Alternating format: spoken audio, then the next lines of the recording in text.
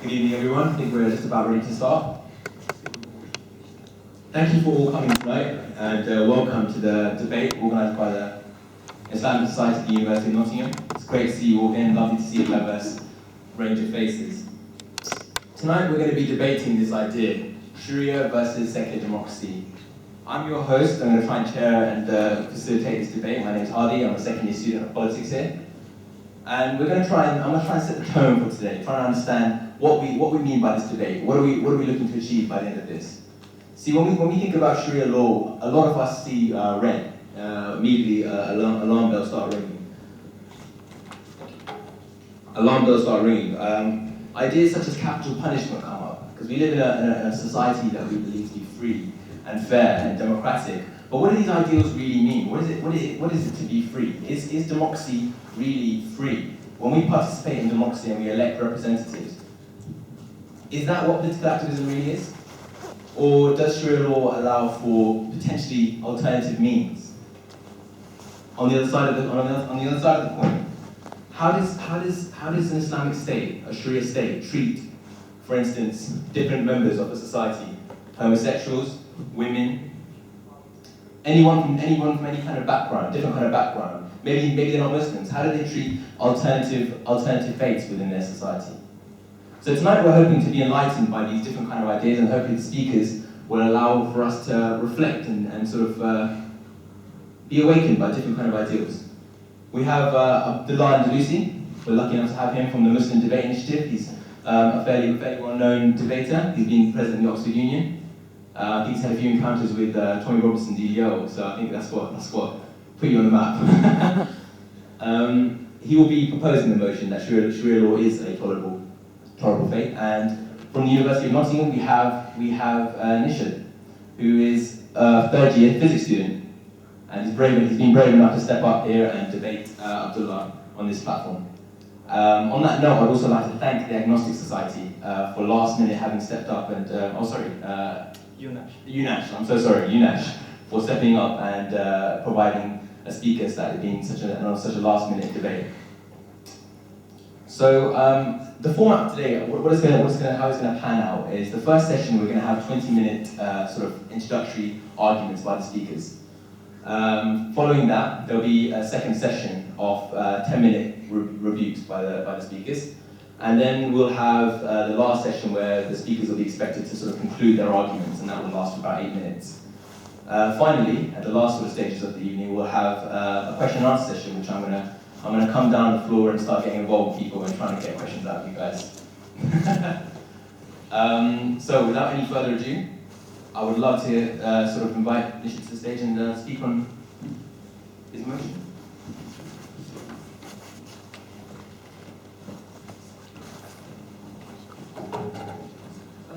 Yes, please.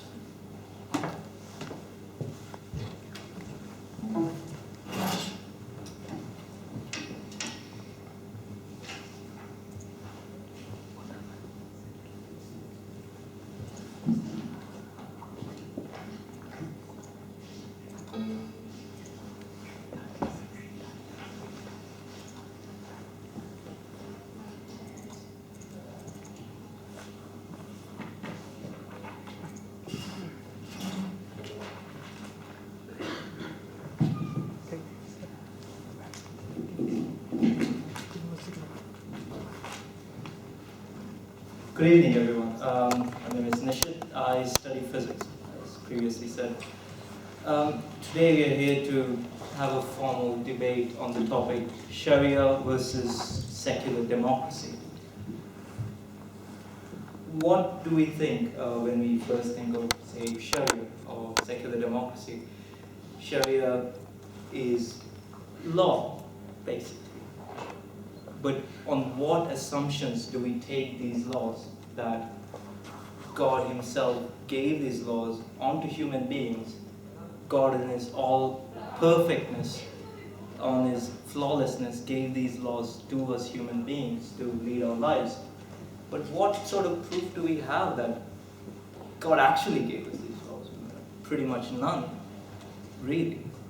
What sort of proof do we have that the Prophet Muhammad actually heard God and not anybody else? none again. So we're sort of taking this on an assumption that everything happened in a perfect order and everything was perfect, and God in His perfect almightiness, and of course the most important assumption that God exists. What proof do we have God exists? None again. So on that assumption being put out there in the basis of Sharia, I'll continue my talk. I actually have a paper here with 10 arguments that normally come up from the opposite side on this topic. And as my opponent goes on in his statement, I shall continue ticking it off. This is just to demonstrate how stagnant religion actually is. It has never really changed. These things have never really changed in thousands of years. So this is just an exercise in demonstrating how stagnant it is. Let's move on. Definitions. It seems to me a lot of people are not clear on some of these definitions. A lot of people misunderstand them, a lot of people are not clear on them. Therefore, I've taken the liberty to define a few of them. Liberalism, for example, a political orientation that favors social progress by reform and changing laws rather than revolution. It's quite different. We don't just simply act on our impulses. We are still rational beings. Atheist, a person who disbelieves or lacks belief in the existence of gods or God. Similarly applicable to monotheistic or polytheistic religions. That doesn't mean we worship the Satan, no. It simply means we don't agree on, we don't believe that Satan exists either, simply.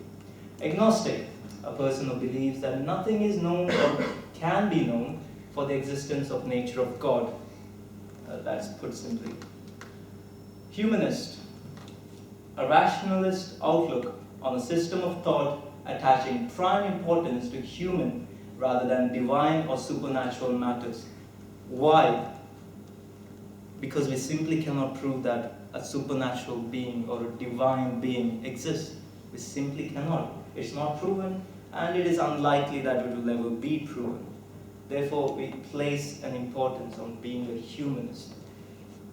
Democracy, a system of government by the whole population or the eligible members of state who are elected, typically through elected representatives with the addition of embedded human rights. Now, this is very, very important, and with the addition of embedded human rights. Why? Because we have fundamental rights. Freedom of speech, for example, is one of them. Nothing can trample over it. Democracy, in its purest form, says, oh, if 80% of you agree in a very violent law, it should pass. No, that is not the case. Democracy, in this context, has embedded human rights, which can never be trampled upon. Secularism, a doctrine that rejects religion and religious considerations. Why? Because in a multicultural society, it is important that we place importance on all religions, or the non-religious alike. We simply cannot discriminate. Separation of church and state. This is important as well. Now, in this context, the church doesn't simply mean Christianity or the church. It means all religions in general. It's about democracy and equality. Equality is one of those things we always fight for. Therefore, secularism also encompasses equality. Secularism is not atheism. A lot of us misunderstand this point. Secularism is not the same as atheism. We have to understand this. Protects everyone equally, protects freedom of speech, and it provides religious freedom. Now, secularism does not mean no religion. It means freedom of religion. That also includes freedom to be non-religious. You can have your religion, and the freedom also exists to be non-religious. That is what it means. Aims, a two-pronged approach to debunking Sharia. Evidence to prove that countries with a secular constitution and people with secular values are doing better socially, scientifically, and in terms of leading a satisfactory and peaceful life. We shall see this as the talk goes on. Secular nations. I've taken this selection of nations because it seems to come up again and again and again. Therefore, I've selected these few nations. Ambiguous countries. Norway, Indonesia, and Malaysia are sort of ambiguous in this context, mainly because Norway, the official, it's a church, it's a Christian country officially. However, in 2012, they passed the law to make it unofficial. It still exists, but it's not official. Therefore, it's sort of ambiguous in that nature. Indonesia and Malaysia, even though it's majority Islamic, there are elements of secularism in their constitution. Therefore, I'm naming them as ambiguous. Islamic countries, Saudi Arabia, Pakistan, and Kuwait. I've selected these countries simply because they have gone through the least amount of turmoil, I can say. It would be unfair to select, for example, Afghanistan, which has gone through so much turmoil in the recent past that it would be unfair to consider that in the statistical analysis. Countries with majority non-religious, Sweden 79, Norway 73, Japan. Now with New Zealand and Spain put up a range. This is because it's sort of ambiguous with their situation. The lower limit says we are definitely non-religious, we don't practice any religion, and so on. Whereas the upper limit is simply to demonstrate that, see, people take that they're religious but don't really practice it. There's a difference between being religious and saying I'm religious but not really practicing. Therefore, there's a sort of error bar related to it. Moving on. Countries with majority religions. Saudi Arabia, 100% citizens are Islamic. There's a difference. Pakistan, Indonesia, Malaysia, India, Kuwait has, I couldn't find really consistent data, therefore I've left it as no consistent data. This is where the actual statistical analysis starts. The Human Development Index. This sort of encompasses and takes into account all of the factors, as if you will, to in human development, social, economic, political, so on. And these are the ranks worldwide. If you're really observant, you'll see that all the secular nations end up in the top part. The ambiguous nations after that, and the Islamic countries later on muddled up. But none of those countries, Islamic or ambiguous, actually beat the secular nations in this part, if you will. Moving on. Pay close attention again. The peace index, the same pattern repeats. Ambiguous nation at the bottom, Islamic countries muddled up over there. None of them actually beating the secular countries. If you're really observant again, you'll see the pattern repeats again. But what I want you to observe in this part is the difference between the two is absolutely stupendous. It's ridiculous. It's saddening to think these countries don't place such little importance on research. It's really saddening. Me being hopefully going into research, it's absolutely saddening to see this. Spain, 2,922. By the way, this is per million, so keep that in mind. Malaysia drops approximately 10 times lower. It's quite saddening, but anyways, let's move on. What's important to take away from this is the pattern repeats on 3 different criteria. Let's move on. This is taken from Psychology Today, which published a paper from taking into account many different papers and published a result. People in secular countries are safer since the murder rates are lower. Of the top 50 safe cities which have low crime rates, almost all of them end up in majority non-religious parts of the world. Divorce rates and domestic violence is lower. Secular nations also have the highest reported levels of happiness. So, smile about it. It's not that bad. Let's moving on. Conclusion: secular countries are smarter, safer, most peaceful, higher human development index. And to top it all off,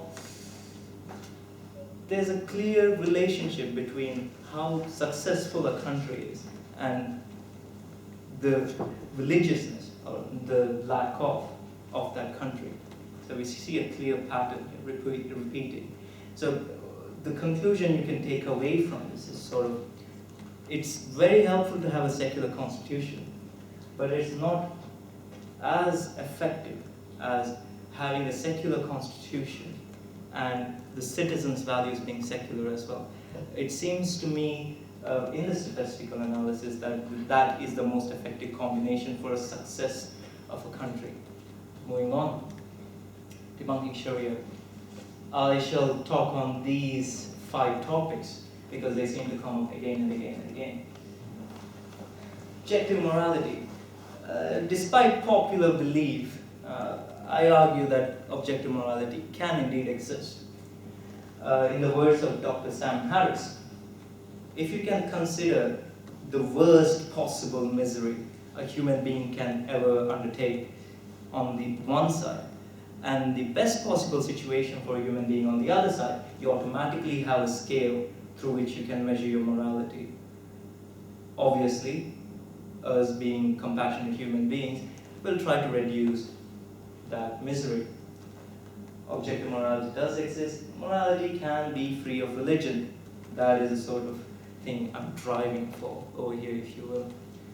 To round it all off, I've taken 2 nice quotes from the Quran. For disbelievers is a painful doom. Allah brags about drowning the Egyptian army. I know you'll be thinking that I'm cherry-picking quotes. Yes, I am. I am cherry-picking quotes. But the point here is, we all seem to hear of Islam is a religion of peace, and we all have heard about the good parts of Islam. But I'm trying to give you a different side. As the talk goes on, we'll see how it contradicts each other. Moving on. Equality. Slavery in Islam is actually allowed. Inheritance. Did you know that daughters are only allowed half the inheritance that the male sons are allowed? That's a fact. Yes. Non-Muslims are not allowed to preach religion in the Islamic State. Separated by equal. By that I mean the state of the Abrahamic religious people under Islamic rule. They were, I'll explain this in the next slide, by the way. And I have another nice quote from the Quran. Allah repulsed the disbelievers in their wrath. They gained no good. Allah averted their attack from the believers. Allah is ever strong, mighty, and He brought those people of scripture who supported them down from their strongholds and cast panic in their hearts. Some ye slew, and some ye made captive some. Yeah, slavery. Non-Islamic people under Islamic rule. Abrahamic religions under Islamic rule. I have a book here from Dr. Sam Harris. You have 5 minutes. Right, thank you. He has a nice knack for finding things. I shall give you the plight of Jewish people under Islamic rule. They have to pay jizya to be spared from army duty, so to speak. The truth is that for life of Jews within the house of Islam has been characterized by ceaseless humiliation and regular pogroms. A state of apartheid had been the norm, in which Jews have been forbidden to bear arms, to give evidence in court, or to ride horses. They have been forced to wear badges of distinction. Yes, Despite popular belief, the yellow badge was actually originating from Baghdad, not Nazi Germany. This is where it came from. And to avoid certain streets and buildings, they have been obliged under penalty of violence and even death to pass Muslims only on their left side, which is considered the impure side, while keeping their eyes lowered. Now I shall tell you the organized massacres of Jewish people under Islamic rule. In Morocco, 1728, 1790, 1875, 1884, 1890, 1903, 1912, 1948, 1952, and 1955. And this is in one city of one religion. I haven't even gone into the other cities and of other religions or non-religious people. One city, one religion. And nice quotes from the Quran again. Christians and Jews who believe in the part of the scripture will suffer this life and go to hell in the next. Don't bother warning the disbelievers. Allah had made it impossible for them to believe so they can torture them forever after they die. These are actual facts taken from the officials. Homosexual relation acts of behavior illegal in 36 Islamic countries. 10 of them impose a death penalty.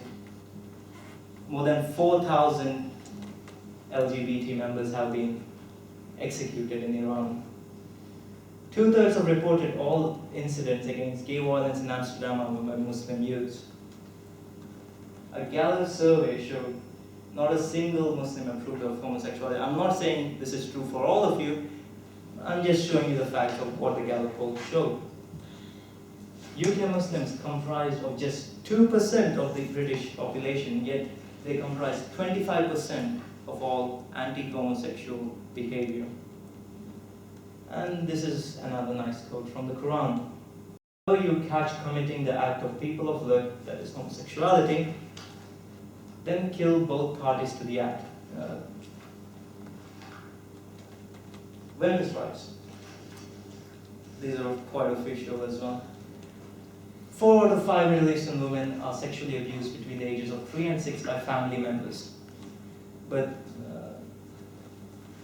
in terms of cultural, tribal, region, religious dangers to women, 4 out of the 5 most dangerous countries are Muslim majority. The 5th one is India, if you're wondering. Dating lives is actually allowed, and it goes into detail as to how you do it. Aisha, if you know, was the wife of Prophet Muhammad.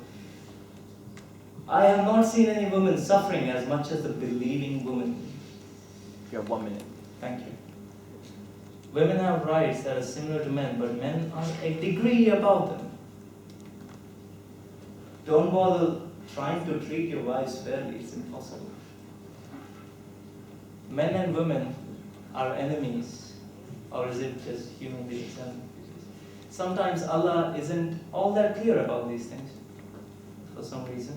And there are approximately 60 more quotes like this from where I found them. So I can keep going on and on and on about this, but that won't, I think this is enough to prove my point from where I'm coming from. That'll be all, thank you.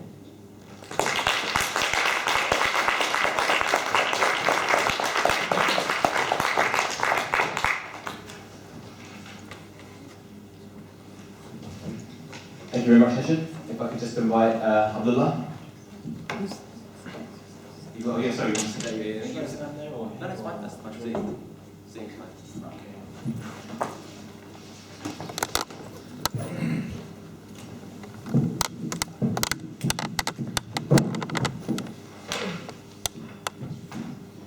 Bismillahirrahmanirrahim. Alhamdulillahi Rabbil Alameen. As-salatu was-salamu ala Nabiyyina Muhammad wa ala alihi tayyibin wa sahbihi salihin.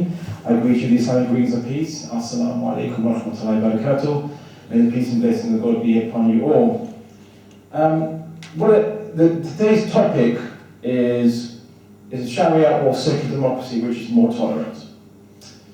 Not necessarily which works well producing the most material products, or that has better scientific industries and so on and so forth. That's a different discussion for another day. For example, during World War II, the Nazis were quite superior than liberal democracies in many of their technological developments. The communists in Russia caught up with America and surpassed America scientifically to attain its achievements. So science is not necessarily the measure of morality. Today's topic is just specifically tolerance. That's why I picked it, is which is more tolerant of different people. Now, okay, so my opponent said that there's this assumption that God exists. Well, it's an assumption that it doesn't exist. There are rational proofs of that. Today's not proof of God debate, but we can have that if you want. Yeah, okay, it's quite sensitive, huh? What about, okay, religion is stagnant, it doesn't change. It's coming from a person defending a system which is 2,500 years old. Democracy, it actually predates Islam. It's an older concept than Islam. So which one is more stagnant? He says liberalism is reformation by changing laws, not revolution. Please tell it to the American Revolution, the French Revolution, and the English Glorious Revolution, where they established the liberal societies based on revolution. He said that religion can't be proven, well, free will can't be proven, justice, equality, and morality can't be proven by any empirical standards. So then do we discount that as well? Sure, are we going to be consistent on this? He said democracy, his definition was its reference to all citizens. So all citizens must be able to vote. Well, if that's the case, then democracy has only existed in the last century. And it never existed before that, because universal suffrage only happened last century, not before that. I suppose the democracy of Athens would be quite interesting to hear your point about that. He says that with the addition of human rights, no, democracy doesn't necessarily need to have human rights, or any definition of human rights, except what the state agrees on, or the majority agrees on. That's democracy. It doesn't say human rights. The Greeks never understood any idea of human rights in addition to democracy. This is your anachronistic liberal perspective on the matter. He says secularism protects religious freedom and the freedom of speech. Oh, we're going to come to that. He says that secular countries are doing better than religious countries. Well, it depends on we define as secular. So if you want to say liberal democracy, then how do you account for China, which is now surpassing, it's going to be surpassing the biggest and most powerful liberal democracy in the world, in its industry and its wealth and so on and so forth. In the next 20 years, they will be top of the GDP. It is predicted. You want to make a blanket statement saying that religious governments will always do worse than secular governments, yet amongst the Muslim countries in the Middle East, most of them are secular governments, but the most advanced government out of the Muslim countries in the Middle East is Iran and possibly Turkey. But with Iran, it has a space program. It's only one of 10 countries in the entire world that has a space program. What do I mean by a space program? Not just, oh, you get a satellite, you launch off Kazakhstan or Cape Canaveral. No, they have their own launch pad, they make their own rockets, their own satellites, and they launch into space their own satellites. Only 10 countries in the world can do that. Iran is one of them. Why didn't he mention Iran? Although Iran is an ambiguous society, it's not Islamic as we would define it. Either Saudi Arabia and Pakistan, they always go back to these countries, Saudi Arabia or Pakistan or Kuwait. There's only one model for an Islamic state, and it's called a caliphate. There is no other system. The caliphate was destroyed in 924 by secular factions in Turkey. So we're going to look at what the Sharia says and what the Islamic model of state says, not what some modernist post-secular secular constructions such as Saudi Arabia and Pakistan have to say, and they are mostly secular with only a few token Islamic laws. The Scandinavian argument, which is basically Sweden is in one part, Sweden and Norway, these are some great states, aren't they? Well, what he doesn't seem to mention is they're also highly xenophobic, and they have a lot of problem with far-right activities. Far-right party takes 16.3% of the vote. Discrimination against Muslims and immigrants is very high. Just read Amnesty International's discourse on discrimination against Muslims in Europe. Norway and Sweden rank quite high. Sweden and Norway, they're not liberal democracies as you understand them. They're, Sweden is referred to as a totalitarian modernist democracy, if you want to call it like that. Like it's a virtual one-party system, and the state kind of controls everything. Your tax rate is about 65%, and it's more collectivist society, not an individualistic liberal society. So Scandinavia, very different to the kind of European or the mainstream secular democracy. Why they always go to Scandinavia? Like that's like the pinnacle of secular democracy. the biggest democracies, secular democracies are France, England, and USA. Why not cite them for examples of harmony, interracial peace, and utopia? And we're going to get to them. So, secular countries are very safer. Please go to Detroit in USA, see what is safer. 17,500 deaths per year, and the highest incarceration rate of humans in the world, beating China. So that's my secular democracy of USA, unless you want to denounce USA as not actually your secular democracy. Debunking Sharia, and again, a lot of red herrings on this, because we're going to go through what the Sharia says, time permitting. So he says objective morality, okay, he means there's no objective morality. If there's no objective morality, then it's just morality based on convenience. So if you were to save 10 people, you can kill one person. This utilitarian mechanism has caused a lot of death in the world as people with good intentions massacre thousands of people with their intention to spread secular democracy. We're going to get to that in a second. Sam Harris, oh good old Sam Harris. Well, a quote from Sam Harris must be true then, because I can bring you a quote from a real historian. Sam Harris is not a historian, he's a neuroscientist. I'll get my history from historians. So Richard W. Bulliett said, he said that looking at the Islamic civilization, he says, minutely studying case after case, they have shown that justice was generally meted out impartially, irrespective of religion, official status, and gender, to the subjects in the Islamic lands. Not being subject to the Sharia, Jews and Christians were free to go to their own religious authorities for adjudications of disputes, but in many cases, they went instead to the Islamic courts. And I can bring you tons of quotes by historians about the golden age for Judaism, how Judaism, there's an article when Jewish Chronicle came out, how Judaism was saved by the Muslims because while they're being persecuted and eliminated in Europe, they had refuge in the Islamic lands, and there was a flowering of Jewish intellectual scholarship and discussion. So, Sam Harris is quite ironic, coming from the guy who says that it's okay to preemptively wipe out people if they have a belief which could be dangerous. Just for what they believe. Sam Harris said that, not the model of morality there. Lesbian, gay, and bisexual and transsexual rights. And secular democracy and gay rights. It was interesting, I saw on his own Facebook profile him denouncing India, which is the biggest secular democracy in the world, for banning gay rights. So does gay rights is guaranteed by secular democracy? No, it isn't. So you're now arguing for liberal or liberal ideas, not secular democracy. Secular democracy, the majority will out, whatever the majority wants.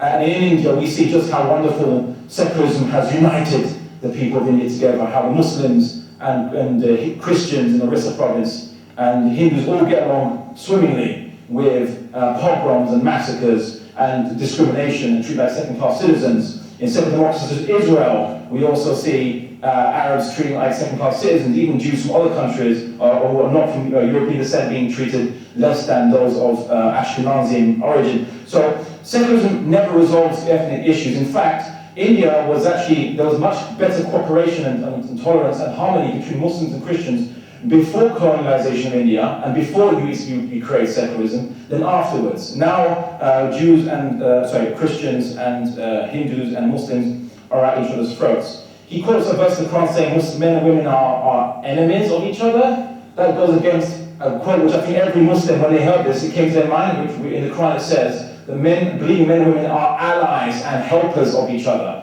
This is from the Quran. So it goes diametrically against your cherry picking. I would advise you to cherry pick better next time. Now on to, how much time do I have, sorry?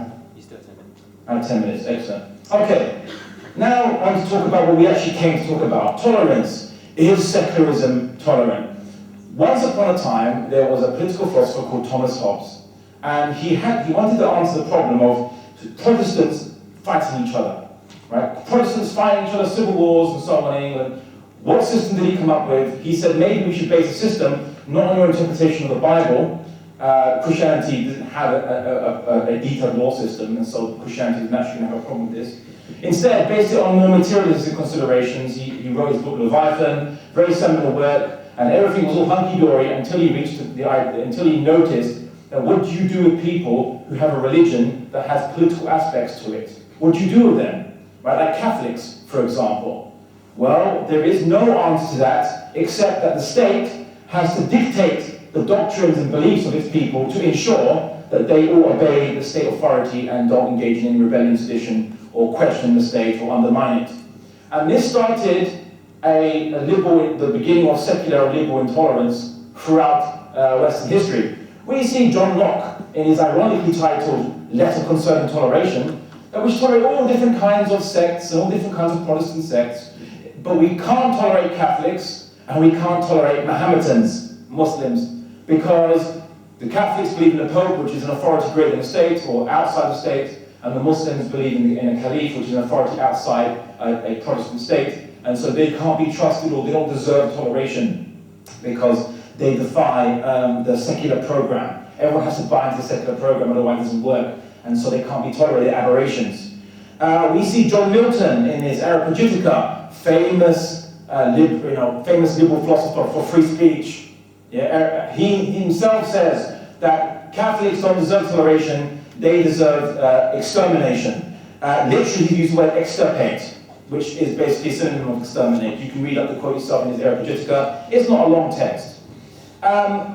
We see that throughout the liberal secularist philosophers, they had a problem with religion with political aspects to it. We see John Adams, John Jay, founding fathers of America, discriminate against Catholics, demand that they take an oath that they must renounce the Pope, otherwise they can't be trusted and they can't be given government positions. And this really goes, this goes on and on. But recently now, it's Muslims. So before it was Catholics, 100 years ago Catholics, or even for hundreds of years it's been Catholics mostly, then it was Jews, because they were viewed as an international kind of community which was outside the borders of the nation, and so they were perhaps a potential threat to the interests of a nation. Recently now it's Muslims, and we see in various countries around Europe, we see that Muslims are subject to arrest, detainment, security harassment, deportation, imprisonment without being told the charge, for example, imprisonment for their opinions. Tariq Mahana in America was in prison for 17 years for expressing a view that he supported the resistance of fighters in another country against American forces, and he was sentenced to 17 years in jail. We see extrajudicial killings with drones where American citizens on foreign soil can be killed by drones without any judicial hearing or trial for them, as like Anwar al-Awlaki, for example. We see that Irvine 11, where 11 students in University of California were arrested and charged and convicted merely for protesting against the Israeli ambassador's speech happening at the university. So we see that when it is convenient, they give freedom of speech. When it's not convenient, or when you're an aberration to the system, as in you believe in politicized religion, or they call you extremists, which is just a standard religion, Catholicism and Islam and even Judaism, they'll do that. You are the new heretics, you are the new people to be kind of cast out. And we see this consistently throughout Western history. So we see in UK, let me just take a recent example in UK. Okay, how much time do I have? 7 minutes. Okay. We see there are control orders on terrorist suspects, which are just arbitrarily slapped on. We see detentions. Mozambique, a colleague of mine, he was working to show UK complicity in torture of Syria prior to obviously the revolutions, and just a few days ago he was arrested by the UK government, and before that he had his passport confiscated because he was saying this before that he was probing into UK complicity in Syria with so many people dead to be tortured, outsourcing. We're in the era of outsourcing, right? Outsourcing torture in another country, and he's been arrested. MI5 harassment of people. We see passport and citizenship removal these are all for Muslims. We see there's a government task force to set up what is an extremist or what is not extremist, not by what you're doing in terms of harm or how you're advocating harm, just by your beliefs. So believing in the caliphate, for example, which is a standard Islamic doctrine, would make you an extremist, according to the recent report by the UK government. What is a secular government doing, defining what is extreme or not extreme in a person's religious belief? Isn't it funny how in so many secular countries, they say we don't interfere with your religion, yet they all interfere with religion, they all define what's extremist, they all define what's not extremist. Just look up the recent report on confronting extremism, and you'll see yourself a whole list of measures. You have 5 minutes. Thank you. We see, for example, there are you know, you've heard of ASBOs, antisocial behavior orders. There's now what we call TBOs, which is terrorist and extremist behavior orders. Just for the content of your belief, you can be subject to a restraining order, which will mean that you are prohibited from speaking in public in any public gathering. Most of the Muslim speakers who are basically the most famous ones amongst the Muslim community, they've been constantly harassed and targeted. I'm probably a small fish, so they haven't got around to me yet. But a lot of my colleagues have been banned from universities, banned from coming into the UK. Intellectuals, Shabir Ali, for example, he just talks about, he only debates about Christianity, nothing else. He got banned from going into the USA. For what reason? You see, this is the kind of tolerance you get. And I could go on, but time is so limited. But I could discuss, and I can go around to Europe. Europe's even more insane than the UK in tolerating its religious minorities. We see minaret bans, we see faith symbols banned from public buildings, we see bans. We see in Germany and Turkey, they banned two Islamic parties who were non-violent. This was upheld by the European Court of Human Rights, and they said, if you don't believe in secularism, you don't get the protection that secularism offers, and they upheld the ban. We see that there are niqab bans in a number of countries in the UK, across the EU. We see there are hijab bans in schools in both Spain, France, and Turkey, and other countries. And we see in France there's a ban on public praying. I mean, the list really goes on. Adoption, religious charities are had to close down if they don't adopt children to couples which they believe is not in their conscience to adopt to, i.e. same-gender couples. That's their religious belief, right? It's their own private money. It's not public money, it's their own private money, and that's what they want to choose to do. But they're not allowed, they have to shut down. Is this religious tolerance? What about free speech? I mean, the government itself has banned a number of UK speakers and even groups just for saying things which were controversial, but not inciting to terrorism. I mean, Azhar Ahmed, I believe, he just said that, you know, British soldiers should die and go to hell on Facebook. It's a rant. And he got charged and sentenced for just expressing his opinion because it was against secular national interests. So of course, the national interest is the new morality in this day and age. Because as my colleague says, there is no objective morality. So what would replace it would be convenience.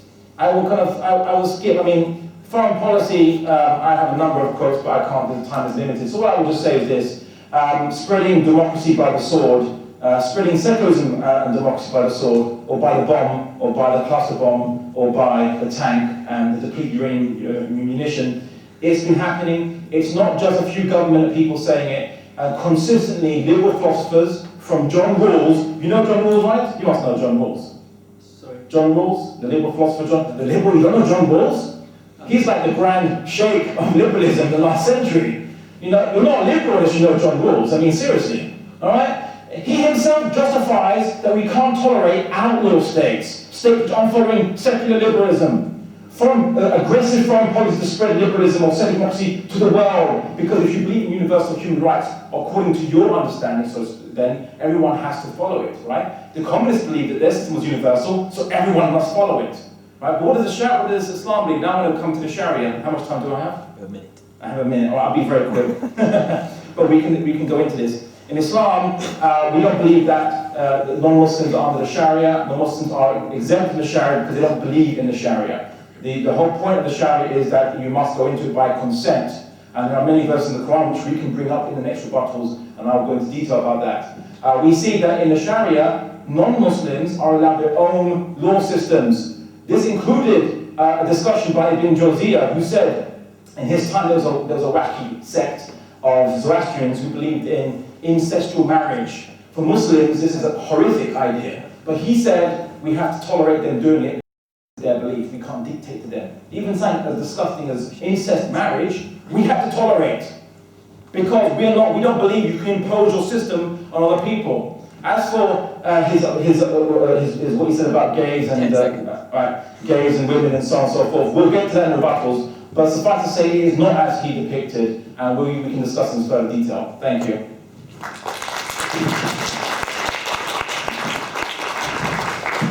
Thank you, Abdullah. We'll move on quickly to the second session now, which is going to be a 10-minute rebuttal by the speaker. So, just want to go.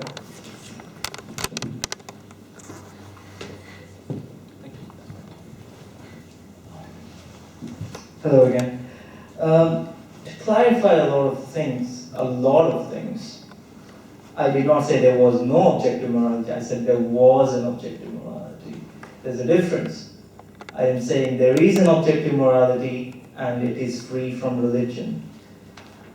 Yes, I blasted India for banning gay marriage because it is against secular values. I am for secular values, not liberal democracy, as you say. The title is secular democracy, not liberal democracy. And as you picture it, I'm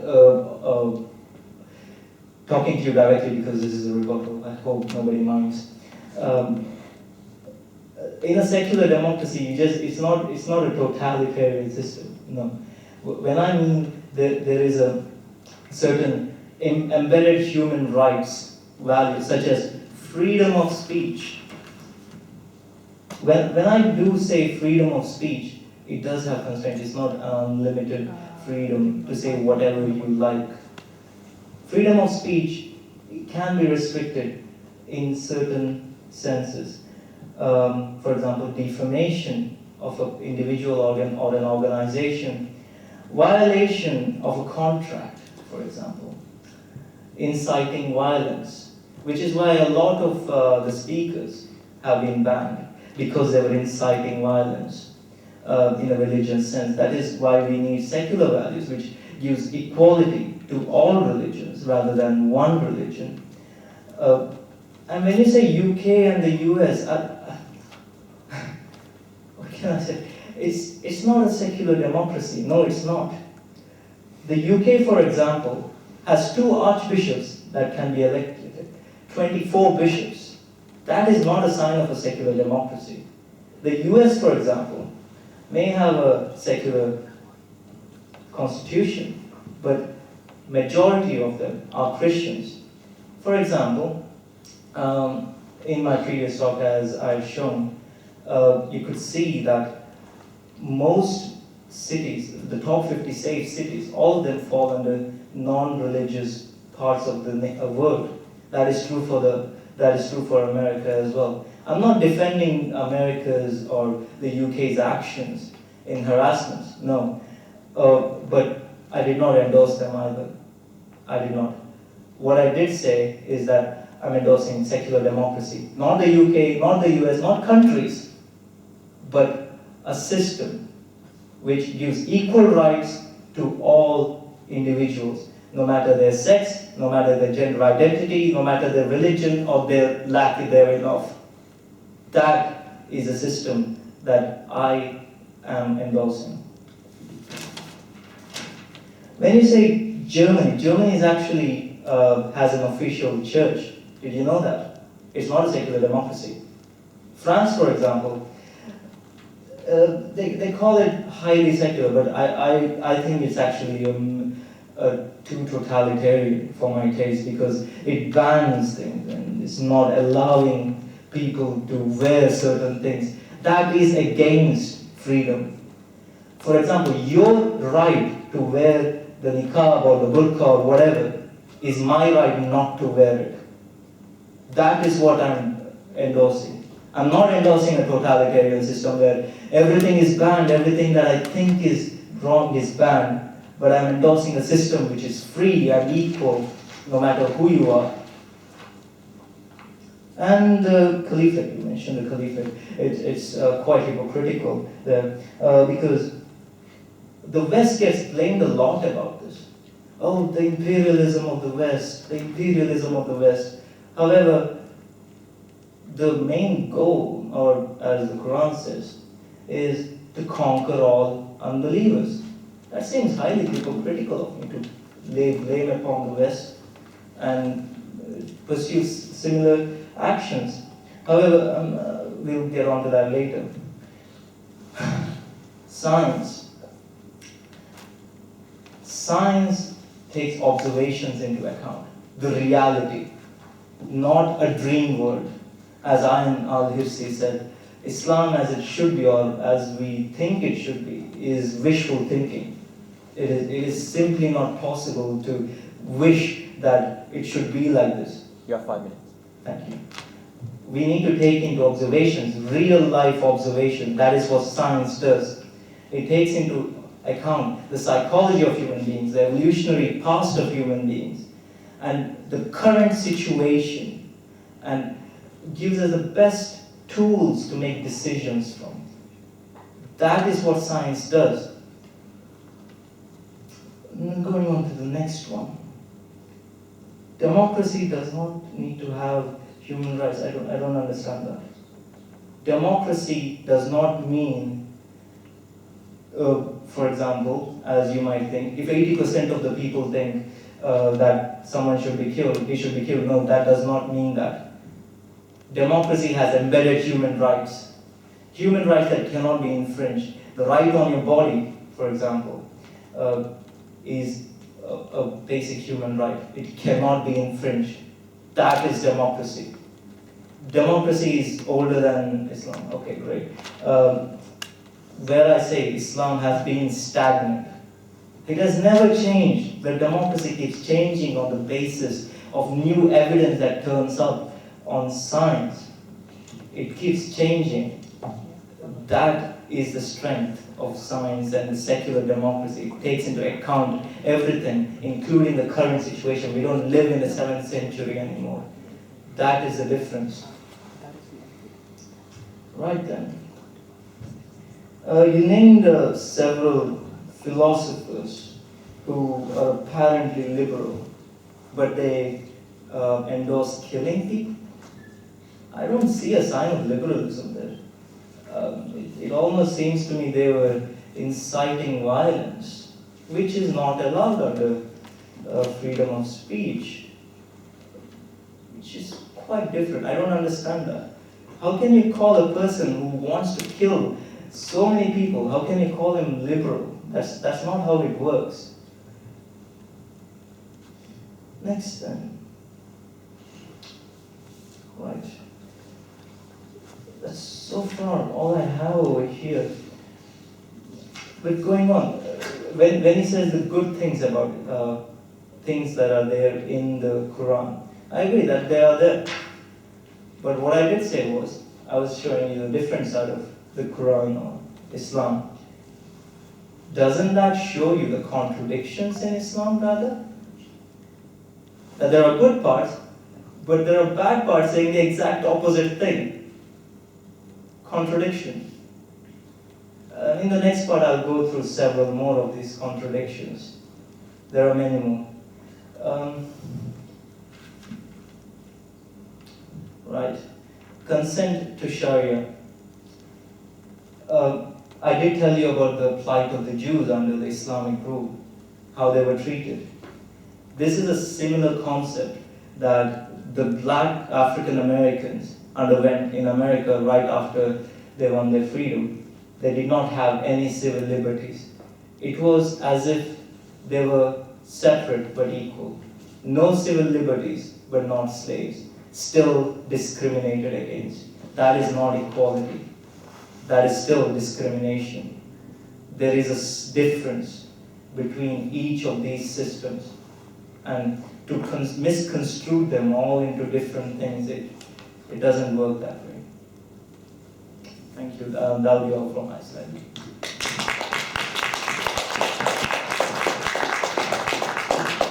Thank you very much, Ishan. All right, let's do this in reverse order.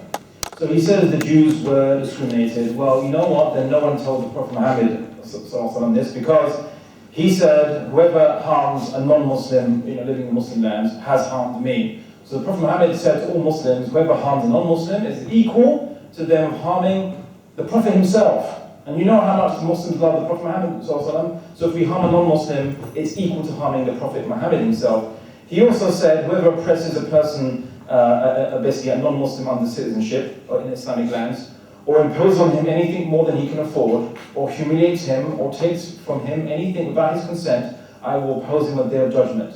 The Prophet Muhammad is saying this to Muslims, that anyone who oppresses imposes or even humiliates, forget just even oppressing, torturing or whatever, even humiliates.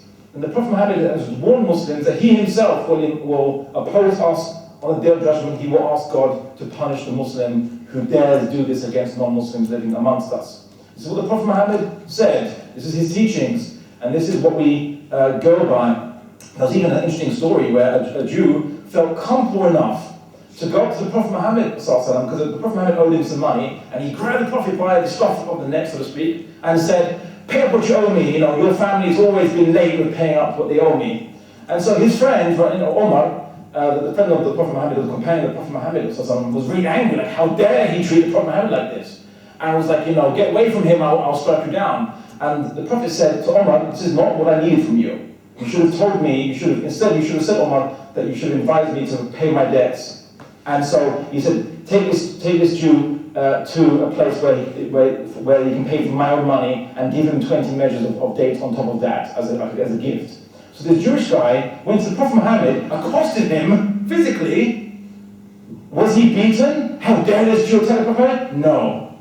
In fact, the Prophet Muhammad advised that actually the reaction to this would have been not to attack the Jew, but rather that Muhammad himself should have been advised to pay his debts in time, and for the Jew having to come to the Prophet Muhammad and ask him for this, give him extra just as a gift.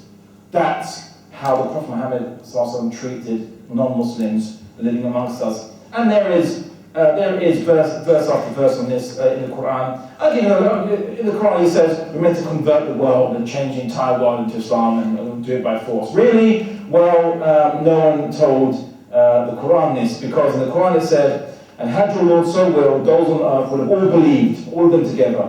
So will you then compel mankind until they become believers? It is not for anyone to believe except with the permission of God."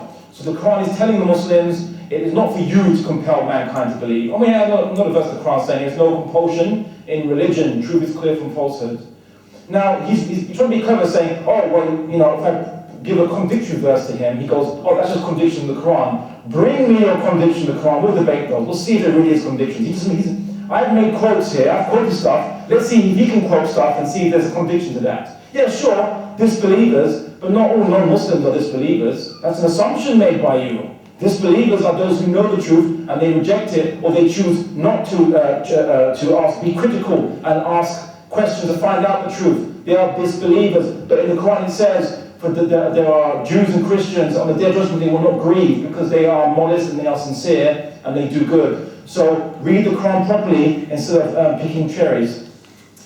We also see that I quoted about some philosophers inciting violence, and that's not liberal. Why would liberals incite violence? No, liberals would incite violence on a kind of civil level, but they would argue that the state itself, which has the monopoly of violence, can do so. Yes, of course. Of course they would argue. They argue that all the time. I mean, this is John Milton. He goes, "I don't tolerate popery," which is Catholicism, and open superstition, which, as it exterminates all religions and civil supremacies, so it itself should be exterminated, provided first that all charitable and compassionate means are used to win and regain the weak and the misled.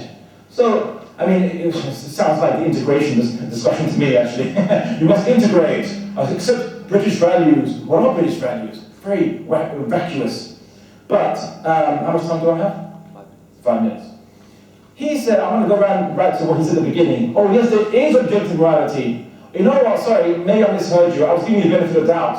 Because for atheists, I mean, top atheist philosophers do not argue that there's objective morality. They just say, we use utilitarianism, it's more relative.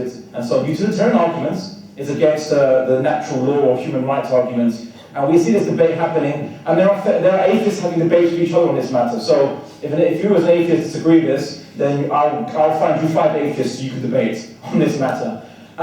What is objective morality? Where is your objectiveness in it? Show me in the microscope where justice is. Show me where equality is in the microscope. Are we equal even? Who says we're equal? We're all different abilities, different strengths, weaknesses. According to the law of nature, we're not equal.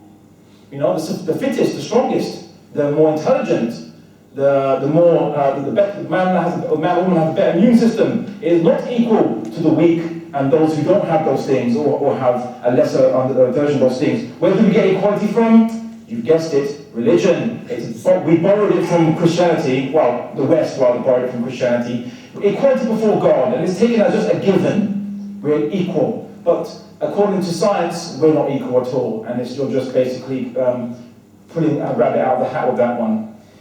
He says India is against he's against secular values, and he's against liberal democracy, and India is like liberal, it's not secular. You know what, that makes no sense whatsoever, because yes, not all secular states are liberal, but all liberal states are secular. Right? Liberalism was actually more humane than secularism, because secularism is wishy-washy, can go any way. The majority rules. There is nothing in secularism that says that just because if the majority wants something, it can't be done. Secularism just means, what does it just mean? A separation of religious considerations. But you don't separate maybe nationalistic considerations, fascist considerations. You know, you can have those considerations, and people fight each other. Most of the wars in the last century were fought for secular reasons. Even civil wars, for secular reasons. Right? I mean, yeah, Nazi Germany was secular, fine, but they weren't liberal. Alright? England was liberal, yes, and they were also secular. So England and Nazi Germany were both secular, but only England was liberal, and Germany was fascist. So if you're saying that you prefer secularism over liberalism, I'd be actually very worried. I'll actually give you the benefit of the doubt, assuming that you would support liberalism rather than just the vacuity of secularism.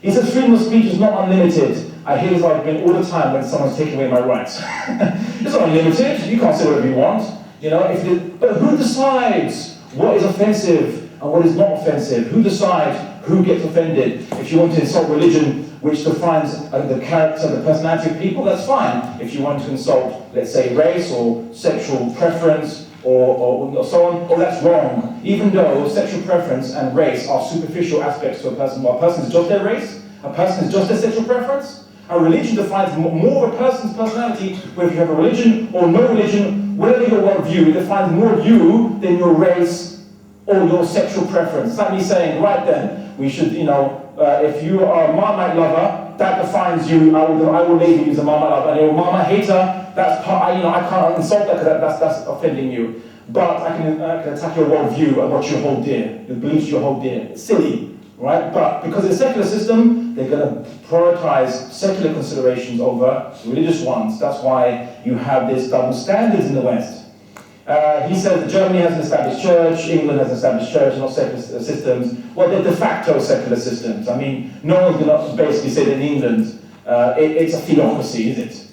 Right? USA, oh, yes, secular system, but it's not secular state because the majority are Christian. Oh, I'm sorry, so you have to be atheist to a majority atheist to be a secular system. Right? He says that secularism has nothing to do with atheism or atheists.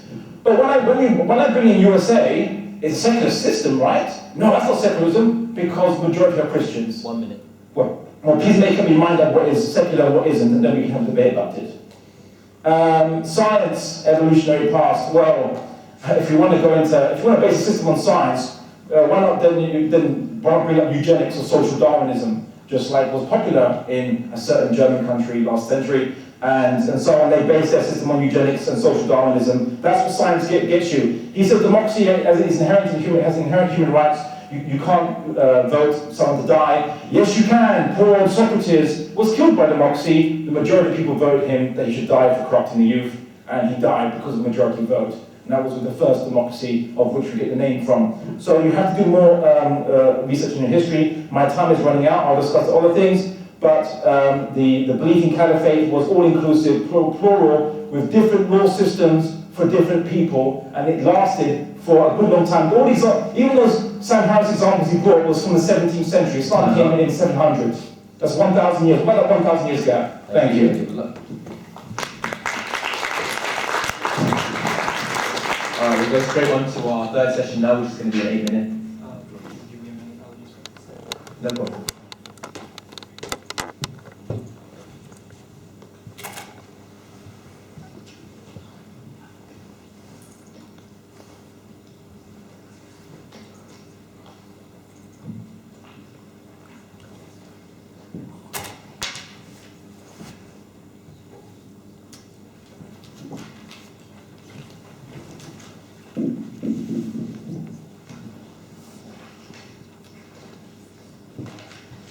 Right then, it seems to me I need to do a recap of what secularism actually means. A doctrine that rejects religion and religious considerations. It does not consider any religion over one another. It does not mean Christianity is going to wipe out Islam or any other really nonsensical thing like that. It means everybody is equal. Equality, freedom of religion is what it means. Separation of church and state, which means religion cannot influence the decision of a state. That is what it means. Secularism is not atheism. When I say that, I mean secularism is not atheism in definition. What most people think is, if you're a secularist, you must be an atheist. No, it doesn't work that way. I know religious secularists who actually support secular values, which means everybody is equal in a state, no matter your sex, your gender identity, your race, your color, anything, doesn't matter. Protects everyone equally, protects freedom of speech, religious freedom. Yes, I did mention that freedom of speech has certain limitations. I'll tell you a reason why. Because these rules just don't come out of thin air, I agree. Because defamation of an individual without evidence. Without evidence, it is defamation. You're just basically defaming him. That's unfair. That is why that part is restricted. Violation of a contract. You cannot violate a contract. Freedom of speech doesn't mean you violate a contract. That is just unfair to the other person. Inciting violence. I think that speaks for itself. Nazis. Wow, okay. Nazi Germany was not a secular state. It was a totalitarian system. The church actually supported it. Hitler was not an atheist, he was a Catholic. Please understand that. Please go through history again and understand that. He wasn't an atheist, okay? But understand that people keep making the same mistakes. Equality in objective morality. When I mean equality in objective morality, as I said, comes, we can make decisions based on new scientific evidence. For example, a few hundred years ago, homosexuals could have been discriminated against widely. Under secular law, it is not allowed. Why? Because we now have evidence, it's absolutely natural, and it's normal human common sense not to discriminate against another human being. That is where equality in a secular system comes in. No matter who you are, no matter what your sexual orientation, no matter what your gender identity, you're treated equally, with equal opportunities. That is what it means. Offensive arguments or offensive speech. Sure, offensive is a highly subjective word. Offensive for you does not mean offensive for me. Sorry? 4 minutes. Thank you. Offensive for you does not mean offensive for me. In that I agree with you. Who decides what's offensive then? Which means we can't really implement it. It's impossible almost to implement that. Social Darwinism, yes, of course, the classic. We do not live in a Darwinistic society. If we did, I'm an atheist. Where does my morality come from? How do you explain my morality? I don't go killing everyone. There are secular organizations like the Red Cross, the UNICEF. They put themselves on the line of danger every single day, getting hurt, dying, to help other human beings. How do you explain their actions? Actually, evolution does. It's altruistic actions, which is widely explained by evolutionary theory. Right. State incites violence, okay. Again, as I said, Nazism wasn't really a liberal society, it was more totalitarian, more rather than liberal. Contradictions. I agree. Whatever you said in the Quran, the good parts, they do exist, I agree. But so do the bad parts. That shows you how contradictory the Quran is. I came prepared. Let me just right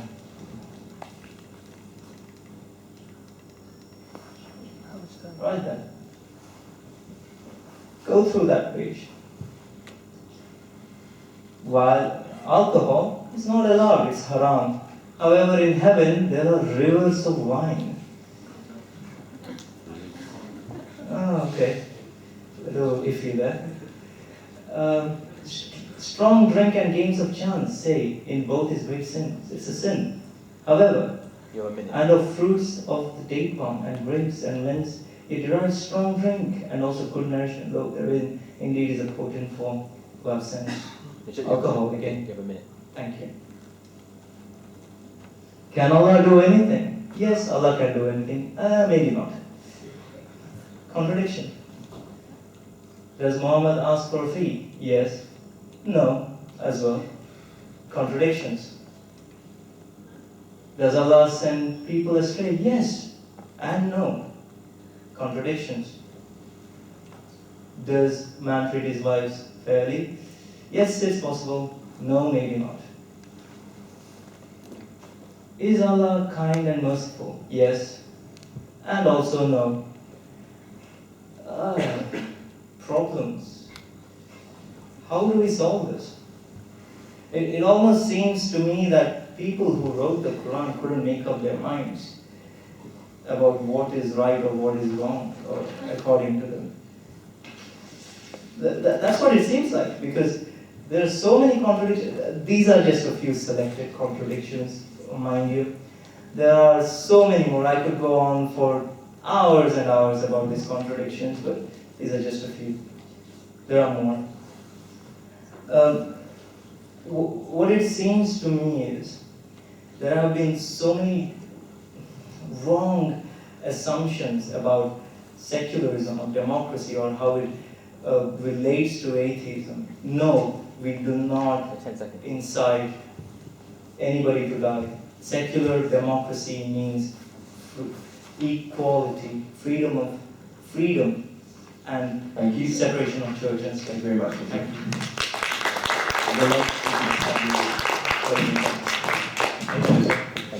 Okay. I think I'm confused about what he's saying. He says secularism does not mean atheism. But Nazi Germany was not a secular state because Hitler wasn't an atheist. What's that mean? No, seriously, I don't know what that means. So secularism doesn't mean atheism, but Nazi Germany was not a secular state because Hitler wasn't an atheist. You see the contradiction? I'll continue. Forget about the Quran. I think let's start contradictions of a more human origin here today. He brings a whole bunch of quotes on the board, which I didn't read half of them because he flipped them very quickly. And we can have a whole debate as to whether they're contradictory, not looking at Islamic theology. But just let's go through the first one. He talked about rivers of wine in paradise. Yes, what, the same kind of wine? Does it intoxicate you? No, it doesn't. If you read all the text, it says this wine, it tastes like wine, it's like grape juice, but it doesn't intoxicate you. It has the same taste. What, is it paradise? Is it meant to have exactly the same laws of physics that we have in our material world? This is the metaphysics, right? Anyway, wine in paradise doesn't intoxicate, wine here does. So what? There's no contradiction there. Moving on. He says that, defining offense can't be defined because it's very subjective. Oh, I totally agree. Which is why if I don't understand how, let's say, you could say, let's say an English person would say, let's say the N-word, and that could be racist. But a black person says it, it's not racist. There's a problem you have within your own secular morality. Where is the consistency as to what is offense, what is not offense? Right, burning a poppy in England, when there was this Islamic group burned the poppy and they were subject to public order. That caused offense. But who defines it? You can't define offence, right? It's very strange. In British law, sexual harassment has the word offence. If you cause offence to someone of the opposite sex, based on their sex, it's punishable. So they have the word offence in British law. They use it all the time. That's why we have a court system. Courts are there to decide if something is, meets the criteria of law or not. But I'm not arguing about offence. I'm arguing about insult, intention to insult. If I intend to defame someone, if I intend to hurt someone, harm someone, insult someone, the courts look at intent all the time. Whereas the problem with this, in Islam, we're not allowed to offend, to insult, even polytheism, lest we offend the polytheists. We can criticize, but we can't insult them because there should be an interfaith courtesy, there should be this between human beings. Unfortunately, in secularism, there is no courtesy, or rather you could say there's only courtesy to certain arbitrary taboos which are defined by each particular nation and culture according to its particular tastes at the time, which is completely arbitrary. At least with religion you have some fixed criteria to go by. What about, he said, oh, well, we have morality based on science. It's a very interesting argument I've heard. Morality based on science. Again, equality, not based on science. Justice, how do you define justice in science? Show me which microscope or which petri dish you found justice in, and I'll believe you. Homosexuality is natural. Where did they get that from? Oh, because we saw it in the animal kingdom. Oh, really? Well, there's also, in amongst the same species of apes and monkeys, there's also cannibalism. There's also murder, killing. Is that natural too? Should we define our morality based on those things? I'm saying is, where do you draw the line of what's natural? What, because animals doing it, it must be natural? According to many secular scientists for the last at least 100 years up until the last century, they believe that, according to their science, that homosexuality was a mental disease. It was an aberration. Just like today, we think that paedophilia is an aberration, a mental aberration. Now, who defines what is natural or not? Well, humans, but it's arbitrary, right? It's going to be arbitrary, because one human said that's natural, another human says it's not natural. Who's going to agree? Put it to a vote? Yeah, 4 minutes. Have democracy? So it's basically then going to be morality based on how many votes you get, not on any objective criteria. You have 4 minutes. No problem. He also said that secularism protects everyone equally.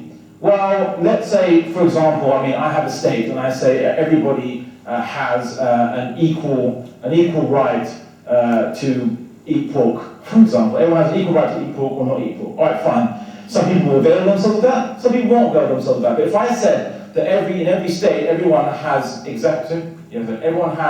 a right to have opposite gender marriage, and only opposite gender marriage. That's equality, right? As long as everyone has the right to opposite gender marriages, and you marry someone of the opposite gender, then it's equal rights to everybody, right? That was old libertarianism understanding. Now in social liberalism, they had to change that, saying, oh no, we're going to discriminate a group of humans let's call them homosexuals, and these are going to be a distinct group from the rest of humans, and now these have different needs, and we have to now cater for different needs by giving different laws. Oh, you know what? That was out their belief. Okay, that was out their belief, fine. But if someone then wants to iterate the belief that, well, you know what, I believe that's immoral. Oh, you're being homophobic.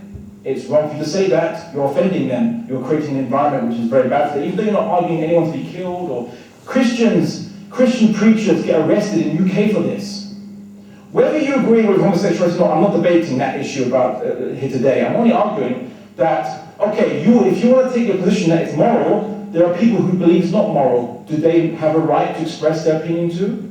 Or no? Well, apparently, according to the secularist regimes in the West, no. According to India, yes. A secular regime in India, it's all arbitrary. There is no objectivity with secularism. That is the problem. He says religion cannot influence a state. But what about if a whole bunch of Christians who, let's say, believe that abortion is immoral against the Bible, and then they come into the public arena and say, okay, let's call it, we're pro-life. That influences the state. Secularism can't get rid of religion influencing the state, because everyone has interests. Where do the interests come from? Their beliefs. You can't stop that. Right? Unless you then start discriminating against religion by saying that any arguments which are derived or justified by a religious argument is not allowed specifically. Or if your interests are suspected to be influenced by religion, we ignore you, and at worst, you will be silenced. which is what happens in a lot of the Western countries today. But in this particular epoch, it's Muslims. Before 100 years ago, it was Catholics. So secularism does not guarantee anything except the separation of religious considerations from politics, and even then it can't guarantee that either. Yeah, 1 minute. It doesn't unite people because we all have different interests. We have different interest groups. I mean, look at Iraq. They implemented secularism now after America's successful invasion to impose democracy, and look at them, they're all fighting each other now. And before they weren't fighting each other. So now under democracy, they're even in a worse situation than they were before democracy. So the question is, it wasn't black and white. It wasn't this triumphalist march toward a scientific morality. In fact, we escaped, narrowly escaped the dangers of scientific-based morality in the last century, when you had eugenics programs, social Darwinism. What is social Darwinism? It's trying to organize society based on evolution theory. But who defines what is the, there is no purpose. What is the purpose of evolution? Survival of the fittest. Okay, you had Winston Churchill saying that imbeciles and people that had, bad genetics should not be allowed to breed, they should be neutered. 10 seconds. Right? That was, you had the evolution-based morality there. Anyway, I hope you've seen that there's ambiguity in secularism, and only religion can provide the objectivity to actually put tolerance through things.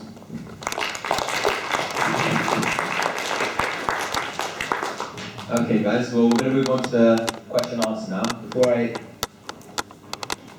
Before we go on to that, I'm just going to show you the voting system. Basically, we're going to have a vote after the question and answer session, and depending on what category you fall into, you text a number, just simply with a yes or some sort of sign. Just text that number, and we'll count up the votes later. I urge you to be as unbiased as you possibly can. I know everyone's coming here with some kind of precondition, but just assess the speakers on their speeches and the debate. 10-minute window. At least wait for the Q&A anyway. After the Q&A to make the choice. Yeah, absolutely. There'll be a 10-minute window to vote. All right.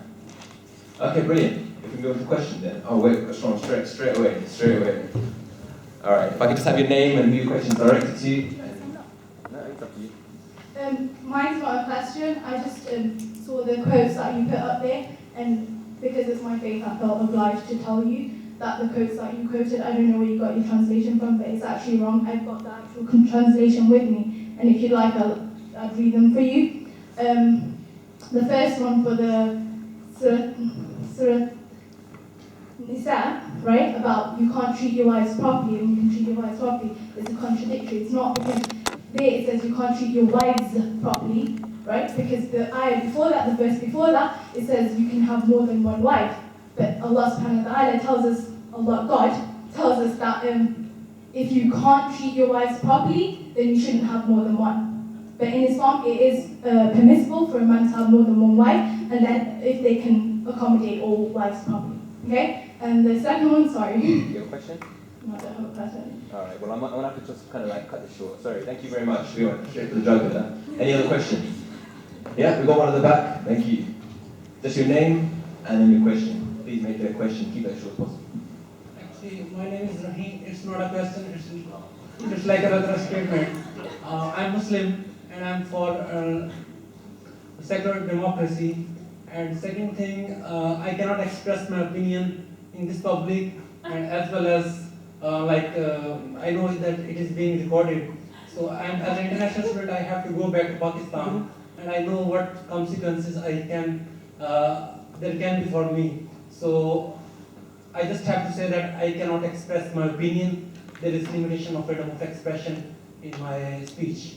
Thank you. Can I answer that? Thank you. Yeah, very interesting point there.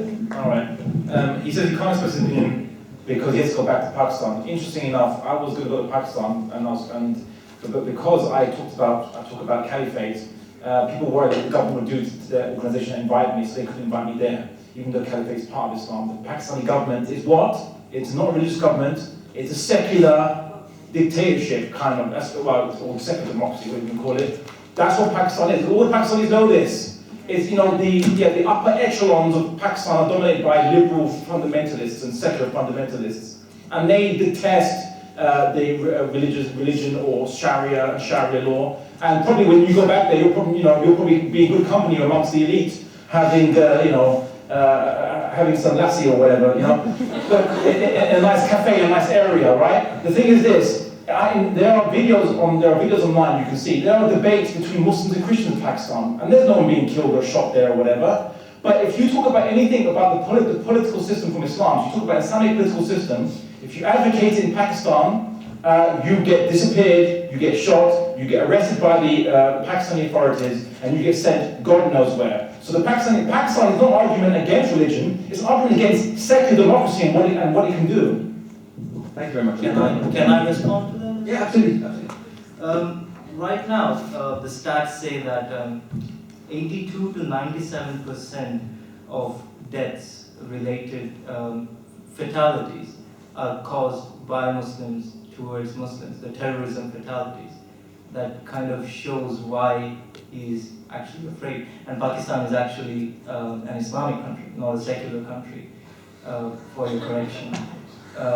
It was on the concept of a two-nation theory on the basis of which Pakistan was founded, but it's not actually secular. Sorry. Thank you. We've got a gentleman here. Just give your name and your state question. My name is Elliot, and it's for Abdullah the question. My question is, you said that you somehow compared homosexuality to cannibalism. I'd like to say, you say that homosexuality is a choice. Then I'd like to challenge you to be homosexual for a week if it's not a choice. Okay. Do you think you could do that? I made no comparison.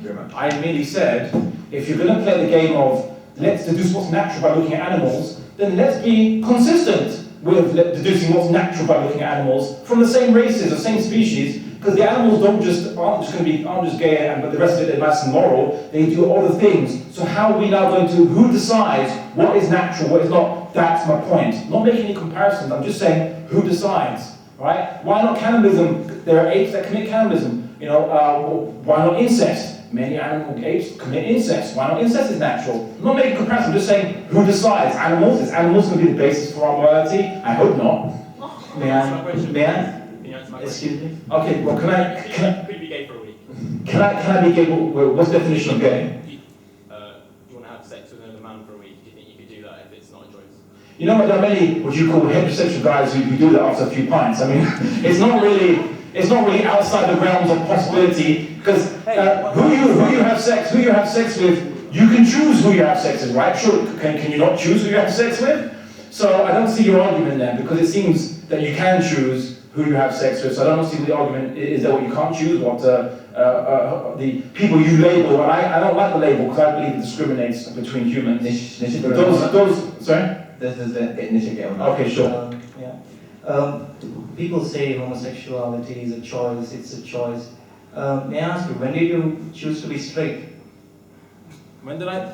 Hold it. I think, what is homosexuality though? That's my point. What, like, do I have is it just defined as desire or an activity, right? The issue of desire is not neither here nor there, because we have many desires. Sometimes you desire to punch someone's lights out because they're irritating you. You don't do it, do you? All right? Desire is one thing. We don't judge people based on desire. We don't discriminate people based on desire. We only look at actions. And the word homosexual was only invented 150 years ago, and it was never existed in medieval discourses as a word, or even in ancient Greek discourses as a word. It was invented. All right. I'm going to take another question. It's absolutely wrong. We'll find a word.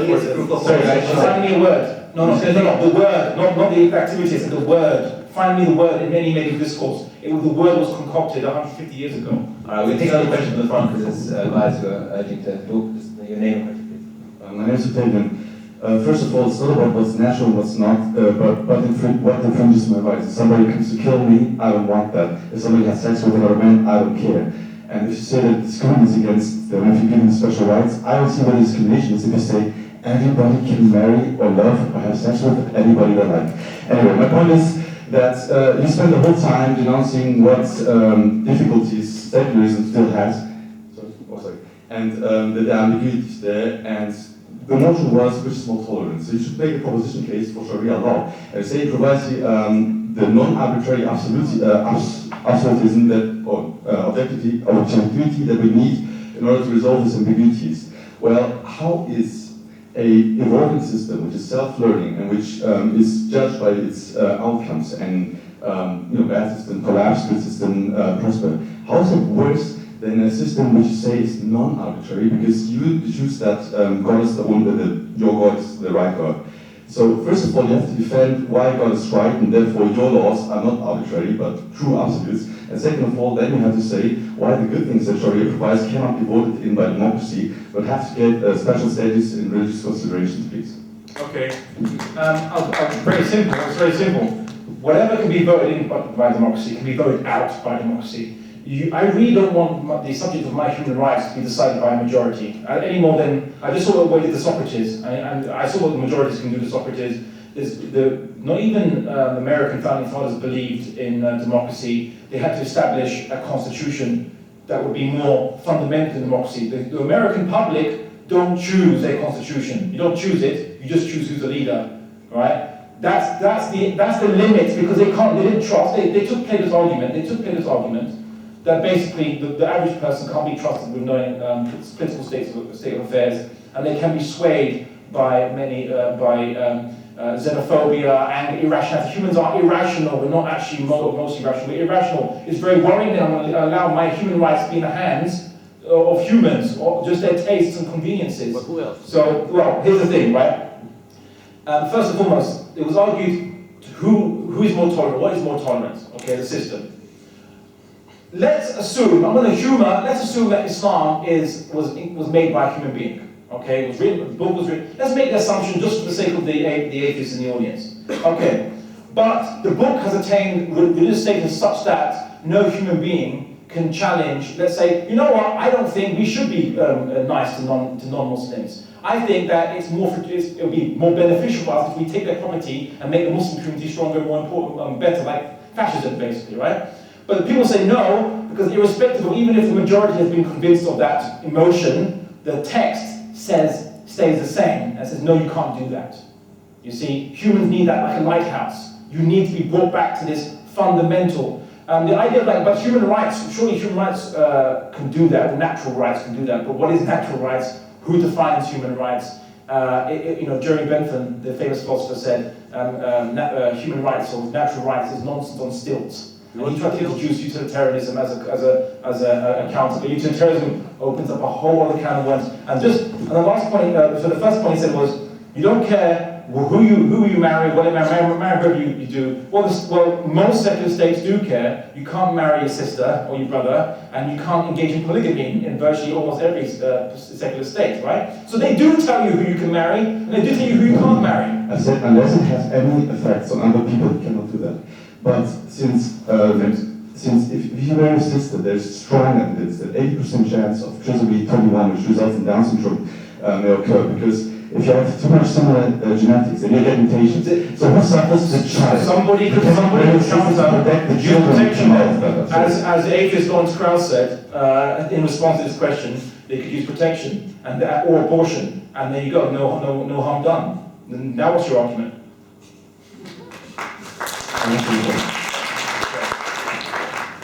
All right. Next question. Okay, the gentleman over there's got his hand up for ages, so I'm going to go around. Just give me your name and your question, okay? Keep it short. My name is Salim Khan, and my question, you said earlier that Pakistan is an Islamic country, but how can something be an Islamic state when the government illegally abducts and tortures people that call for an Islamic state? I don't understand the logic there.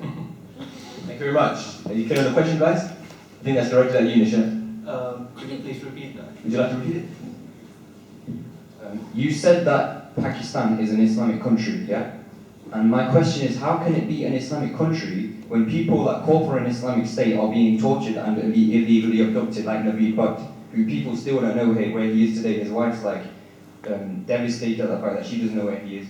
Her children don't know where he is. Why? Because he is calling for an Islamic state. Thank you. Thank you.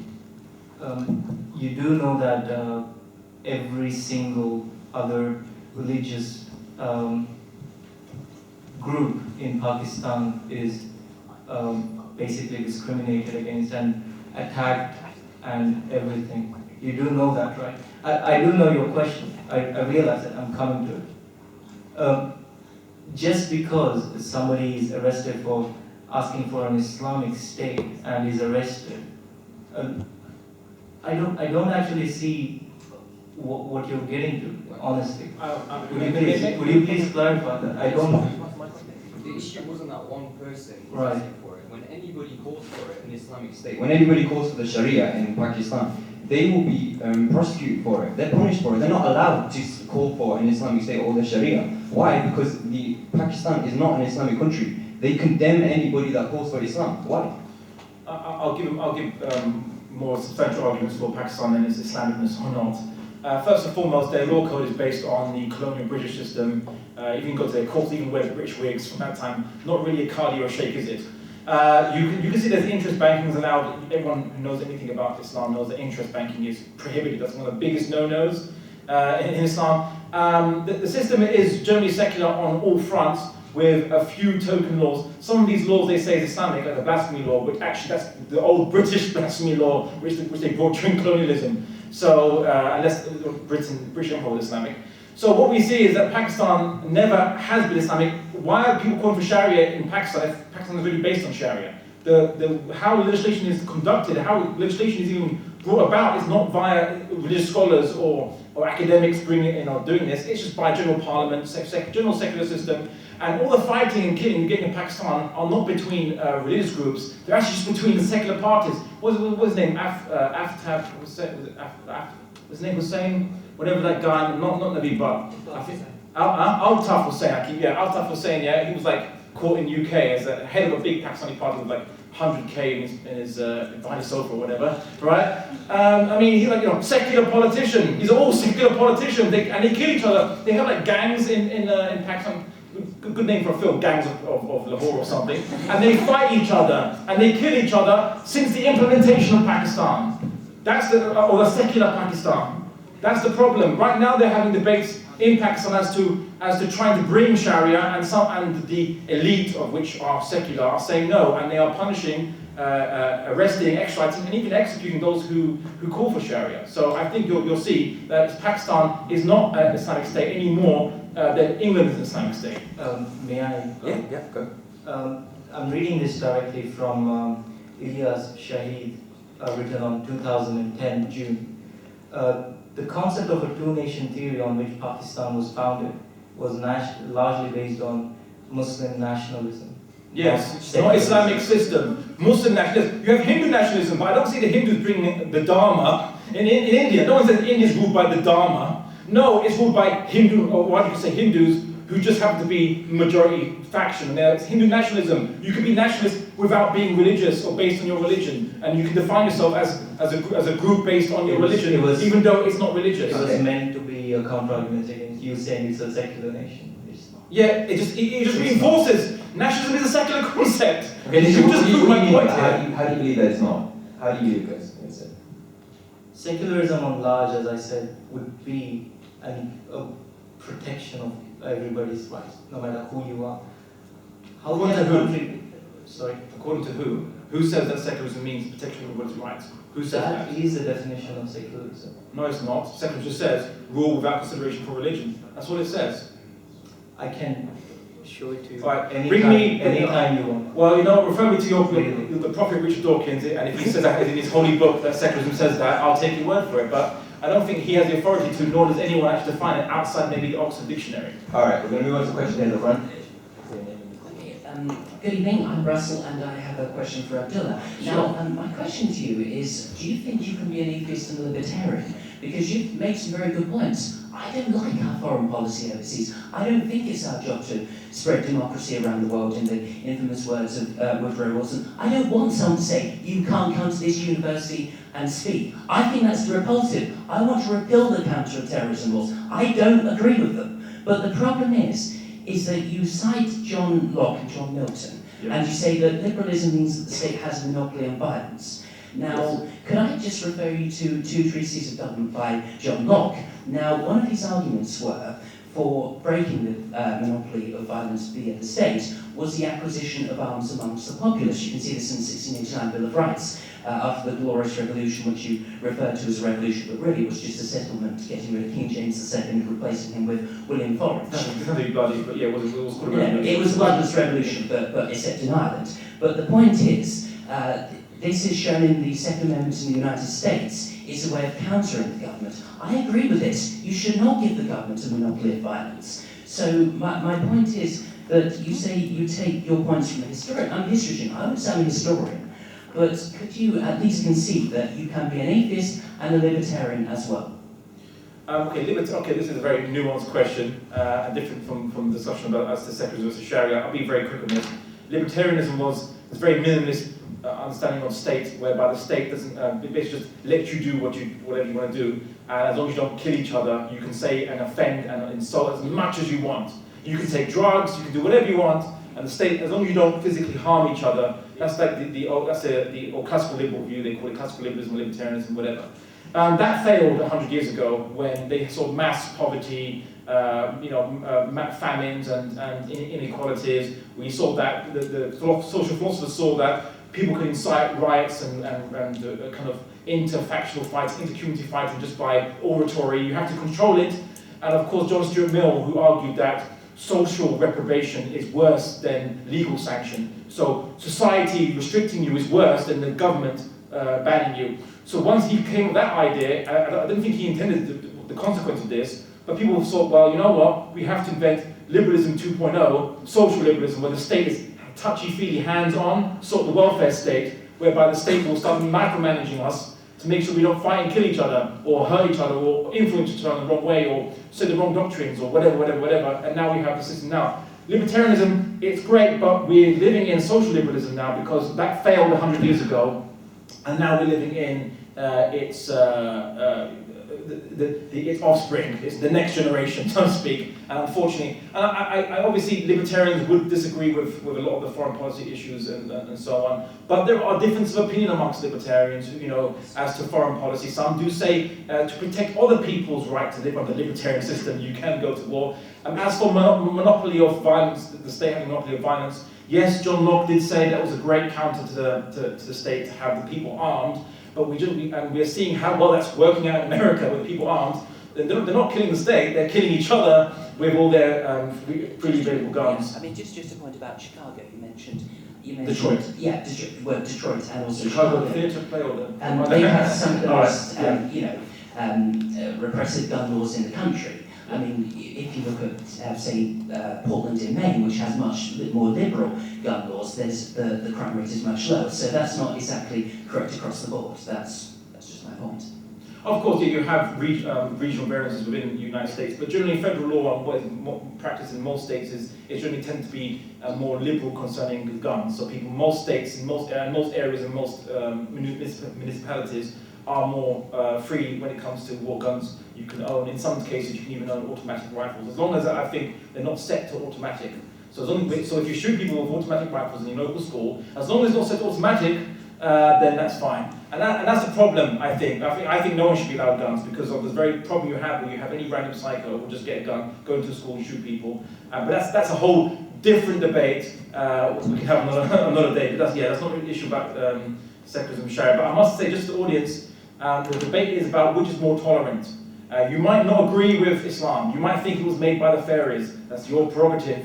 But the fact that Islam was willing to tolerate different legal systems, even ones that legalize incest, would show, at least empirically almost, that Islam is more intolerant. It is more tolerant than most secular countries around the world. And secularism is no guarantee of tolerance. That's my point. All right, more questions. We'll go down here. I'll come back to you guys in the back, don't worry, I'm not forgetting you. A question for you, Wally. Earlier on you made the analogy about the Marmite and how there's more to a person than just their sexual orientation or their race. Can you explain then how Sharia treats people who are homosexual or have sex with men, or men who have sex with men, or women who have sex with women? Sure, that's a great question, and I'm glad you brought it up because that needs to be dealt with so I think you understand. You are led to believe that Muslims or Sharia roots out everyone who is of the homosexual orientation and kills them. That's not the case. The Sharia is like this. We in the Sharia or the Quran believes that whatever desires you have inside yourself, and most of our desires we don't choose anyway. I mean, even humoring you don't get a choice, but fine. But most of the desires you have inside yourself, even the bad desires, we all have bad desires at some point, jealousy, pride, whatever.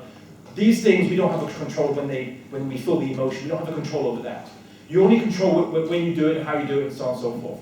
Of course, the Sharia says that in the privacy of someone's own home, you should also abide by the Sharia for if you're a believing Muslim. But the political implementation of the Sharia doesn't look at what you do in your own house. So you can do whatever you want in your own house. There was like a situation where Umar, who was a caliph of the Muslims after the death of the Prophet Muhammad, or something, the caliph, the leader of the Muslim, and he was walking down the street one day and he heard some noise from a person's house. So he peered over the wall and he saw a man drinking alcohol and entertaining, let's say, a woman of ill repute. And he said, like, shame on you, how dare you do this? And the man responded to the caliph, the leader of the Muslims, no, shame on you for violating my privacy. And so what did Umar respond to him? As the caliph, he's the leader of the Muslims, what did he respond? Like, okay, I'll drop it if you drop it. Why? Because in Islam, you can't violate what people do, the privacy of someone's own home. Tell it to the NSA. Anyway, right? In Islam, whatever you do in your own house is no business of society. No one will punish you for that. The only thing that's punished in Islam, and it's not just same-gender sex, it's any sex, is if you take it outside and have a public, sex in public. And last time I checked, in British law, that's also prohibited in British law too. And that's all Islam prohibits. That's it. What you do in your own house is between you and God. But if you want to go outside and have physical sex, what's prohibited is not if you act camp where you kiss someone on the mouth or cheek. Some people say, some Arab cultures, you can do that. Hold hands and kiss, men as a man on the cheek and so on. That's fine.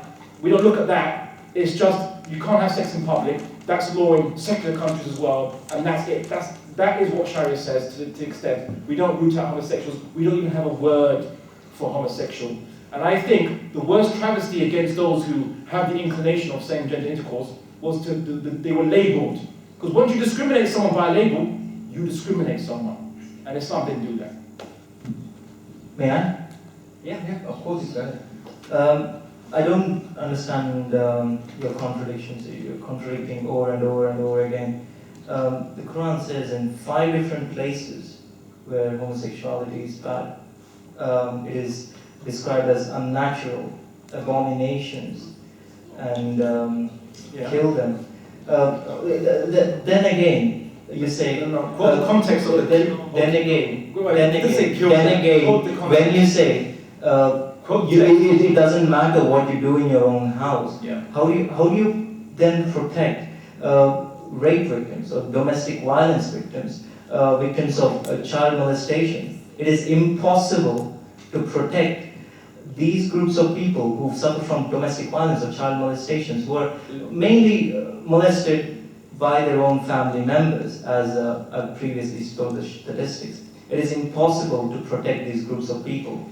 In that regard, I don't think the Sharia should be implemented in that regard. It's utterly ridiculous. You picked me even by the Sharia. Allow me to illuminate you.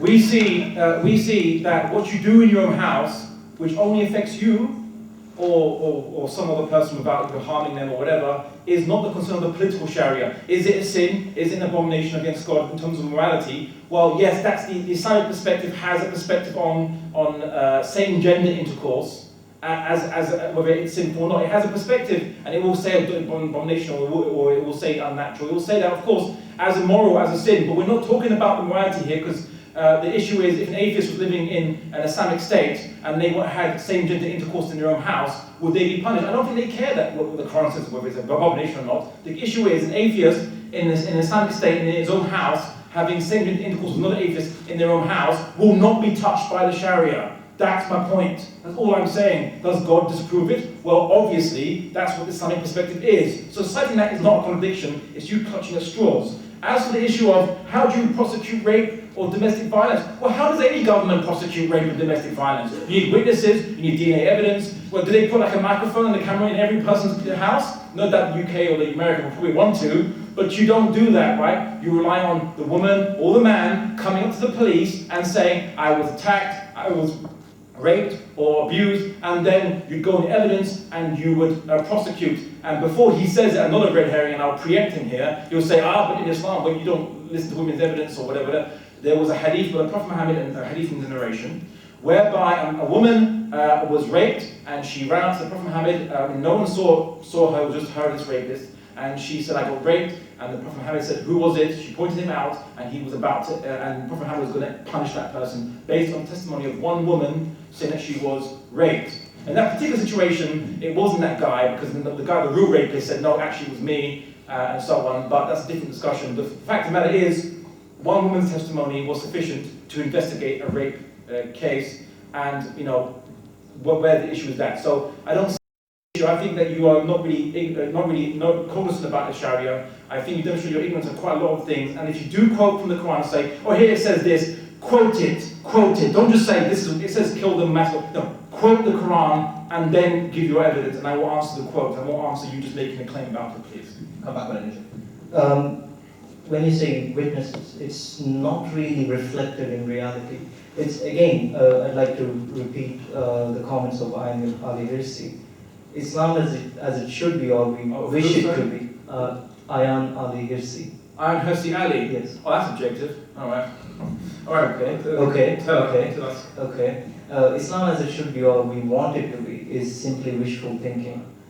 We don't live in a dream world, we live in the reality. Reality does not reflect that. In fact, atheists can be condemned to death in a lot of countries today. In Pakistan, Bangladesh, that includes them. And as with your regard to witnesses in rape crimes, yes, that may exist. I do not know if it does exist, where the story you just mentioned. But the Quran also mentions that when giving witnesses, 2 female witnesses equal 1 male witness, and it requires 4 male witnesses. So what you're saying and what is actually written in the Quran doesn't add up.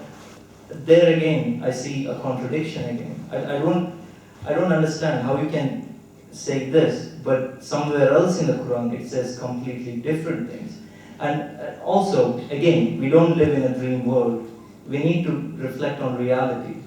And it's never the case that a woman is just simply let go because she was the only witness. Dubai, for example, there have been several cases where a woman was raped and then she went on to complain to the police. But then she was jailed for having sex outside marriage, which is absolutely ridiculous. It's counterintuitive, it's illogical. This is what happens when you implement an illogical system. Okay, can I come back on that, please? Yeah. You always bring up these countries which are post-colonial constructs. I mean, Muslims are having are trying to have revolutions here against these countries, which you keep citing. It's like frustrating for us because these countries are secular systems, and they have some token laws and they misapply it.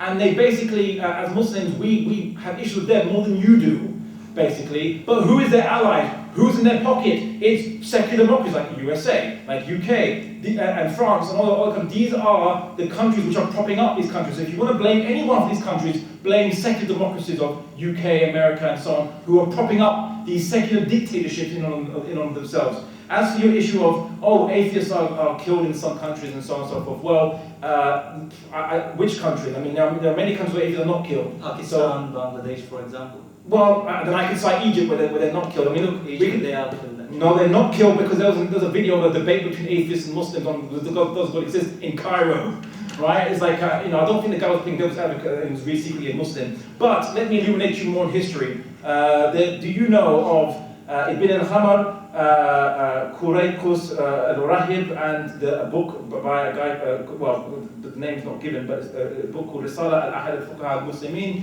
and it goes on. You might think, what are these strange names you are citing? These are names, and one of them is a book titled by atheists who publish books attacking religion in Islamic Baghdad in Syria, dated 10th century, 12th century, 11th century. So these are atheists publishing books attacking religion in Islamic lands during Islamic history, during the Caliphate. We see Imam Abu Hanifa, a very famous classical scholar in Islam, he was having well-known debates with atheists in Baghdad. For some reason, there was a lot of atheists in Baghdad. I don't know why. In Baghdad, up until the 10th century, we have so many discussions. There was Christian missionaries.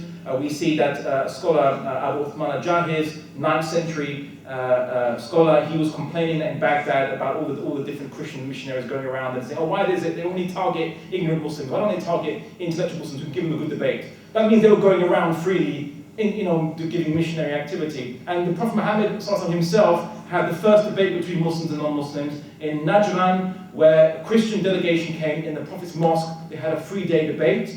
At the end of that debate, they rejected him. In essence, they implied he's a false prophet. And what did he do to them? Did he punish them, hurt them, torture them? No. He said, you have a long journey home. Do you want to pray your Christian prayers in the mosque before going back?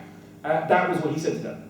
Right? That's how Muslims treat people who have different opinion. We debate them, we treat them courteously, and they're even allowed to publish their books, just as long as we're allowed to publish counter books. And that was it. And Ibn Hazm had loads of back and forth debates, publishing books in Islamic Spain against Jews, Christians, and atheists. So your arguments from Dubai or whatever, or Pakistan, does not match the reality of Islam throughout history. And just the last point, sorry, about witnesses. I told you, quote the verse of the Quran. Right? The verse of the Quran says that when it comes to women were not involved at the time in financial transactions, right? They didn't have experience in financial transactions. So the Quran gave what you might call, as liberals would call, positive discrimination. It said that all right, bring a male witness to witness a contract being signed or a particular amount, and bring 2 witnesses, or female witnesses, so that if the woman gives testimony and she makes a mistake, the second one can remind her. Right? It doesn't mean if she gets it right, then no need for the second one, right? Right? But if she gets it wrong, the second one will remind her. It will say, you know what, in a court case, the court area is very intimidating to women. You know what? Have them have two women come along, so that if the first one makes any mistake, the second one can just remind her that was it. Because women weren't involved in financial transactions. In fact, the verse of the Quran is actually encouraging women. It's actually giving women a doorway to get involved in finance and transactions and so on, so forth, by encouraging them to come into the court, by creating a positive environment for them, not an intimidating environment. So quote the whole verse of the Quran, because you're going to mislead everyone here if you just give your own opinion. Thank you, Abdullah. We're going to move on to another question now. Thank you. My name is Ibrahim Guma. I have a comment and I have a question to the person speaking for secularism or secular governments and more tolerance. My first question is, I noticed during the debate, anytime a secular liberal democracy is mentioned, you try to avoid it and say, well, that's not a secular state. So I would like you to tell us... Can you give an example, Vern? I would like America. I'll give you Germany, England, America, every single one I've quoted. Like France, you said, well, you don't like that. Secular state. Yeah, it's not really secular. So I just want to know, is a secular state just a utopia? That it's just there in the secularists like you, in your head, that it doesn't really exist? I would like to know that. And if it exists, please, I would like to have an example. And I'm sure so many people can tell you so many things that will go against the concept of secularism that you have. And the second comment I have is about wishful thinking. You said Islamic Sharia is more about wishful thinking or people trying to have dreams. But the truth of the matter is, let's take the case for rape, for example. If a woman comes and said, a man has raped her, from my understanding in the Western courts and legal systems, the first thing they do is they believe the woman, even before much investigation. The women are almost always right. But I think that is discrimination against the men. First, maybe, possibly, that sex was consensual. But after they had a fight and then she decided, well, I'm going to go and report to you that you have raped me, and nobody can prove that it's not a rape, so you're going to be convicted. And so many men are convicted in such cases, even in cases whereby married men are said to have raped their wives. I find that really, really interesting, because how can a married man willingly rape his wife without any evidence of injury, any evidence of beating, any evidence of harassment? But then whenever the woman says it's rape, it's accepted. What I'm trying to just point out here is that the secular system really need to have a fair hearing. Whenever anybody says anything, whether it's a woman or it's a man, just like Islam says there should be witnesses. The point of the witness is not to have somebody that is not guilty but to convict him. Because it is very dangerous in Islam and in Sharia to convict somebody that is not guilty. It's better if you are guilty, if you are found to have an issue. Sorry, please, I'll finish in the next 30 seconds. Yeah, it is simpler if somebody offends you for you to forgive him or for the system to ignore that, rather than to find somebody that is innocent guilty. So that is the point of the witnesses. Thank you very much. Thank you. Regarding your first point, when I said, okay, for example, I said the US is not entirely secular. The Constitution does provide a lot of secular values. It's quite secular. But where it goes wrong is in its implementation. That is the part where it goes wrong. Do I have examples of secular democracies which I do like? Yes, Sweden, Norway, or Denmark, for example. I like the secular democracy concept that they have. But they also discriminate against Muslims. Regarding that, the statistics, for example, in the UK, I do not have the statistics for Scandinavia, for example, but I do have the statistics for England. Discrimination cases against Muslims in 2003/2004 was somewhere around 695. In 2000 I think it was 2009, 2000/10, it is 353. It has gone down by almost 50%, and that is a fact. So it is actually going down all over the world. In fact, in the Scandinavian countries, Jews are actually discriminated more than Islamic people, where 5.3% for Islamic people versus 33.3%. Well, basically, that's the point. That's the point. You just made it. Yes, people are discriminated. I'm not saying the secular constitution discriminates against them. That is just not true. But that's the contradiction. Secular states, secular constitution. Which one are we going to accept? I'll tell you an example. India, for example, has a secular constitution. It does. But in the example for which my opponent gave here, was when India actually banned gay marriage. It was actually a law which was a remnant of British colonialism back in 1846 when it outlawed unnatural acts such as homosexual behavior or bestiality, for example. But then we did not really know that it's actually not unnatural, it is actually a part of human behavior. Therefore, it was wrong. Yes, Britain has changed it because years of secular debating, years of secular reform based on scientific evidence changed it. I'm not saying it is perfect, it undergoes change. That is the strength of a secular system, that it undergoes change when new scientific evidence emerges. That is its strength, not its weakness. And regarding, sorry, your second point was regarding how things can be proven when you said regarding rape and so on. When you say, for example, rape, when a woman does approach the police, yes, she's initially, it is believed that the woman would be right until proven that she had been raped. Until proven. Like, if she does, okay, she accuses someone of being raping her. Okay. Automatically the victim is guilty. No. If automatically the victim was guilty, they would just send him straight to jail. That's not happening. There's a process of trial. The victim has to, well, it has to be proven that the accused has actually raped the victim. There's a process. And if it wasn't there, the accused would have been just sent straight to jail. That doesn't happen. Okay. Can I comment on your point? You said, governments change. You know how Obama said, change is here, change is coming. And change did come. He implemented more restrictive laws on people's freedoms in the UK than the USA, than even Bush did. I'm sure my libertarian friend, who's a historian, will probably, he can give you a full lecture on this. I don't think he's an Obama fan either. So, because I told you, democracy giveth and democracy taketh away, right?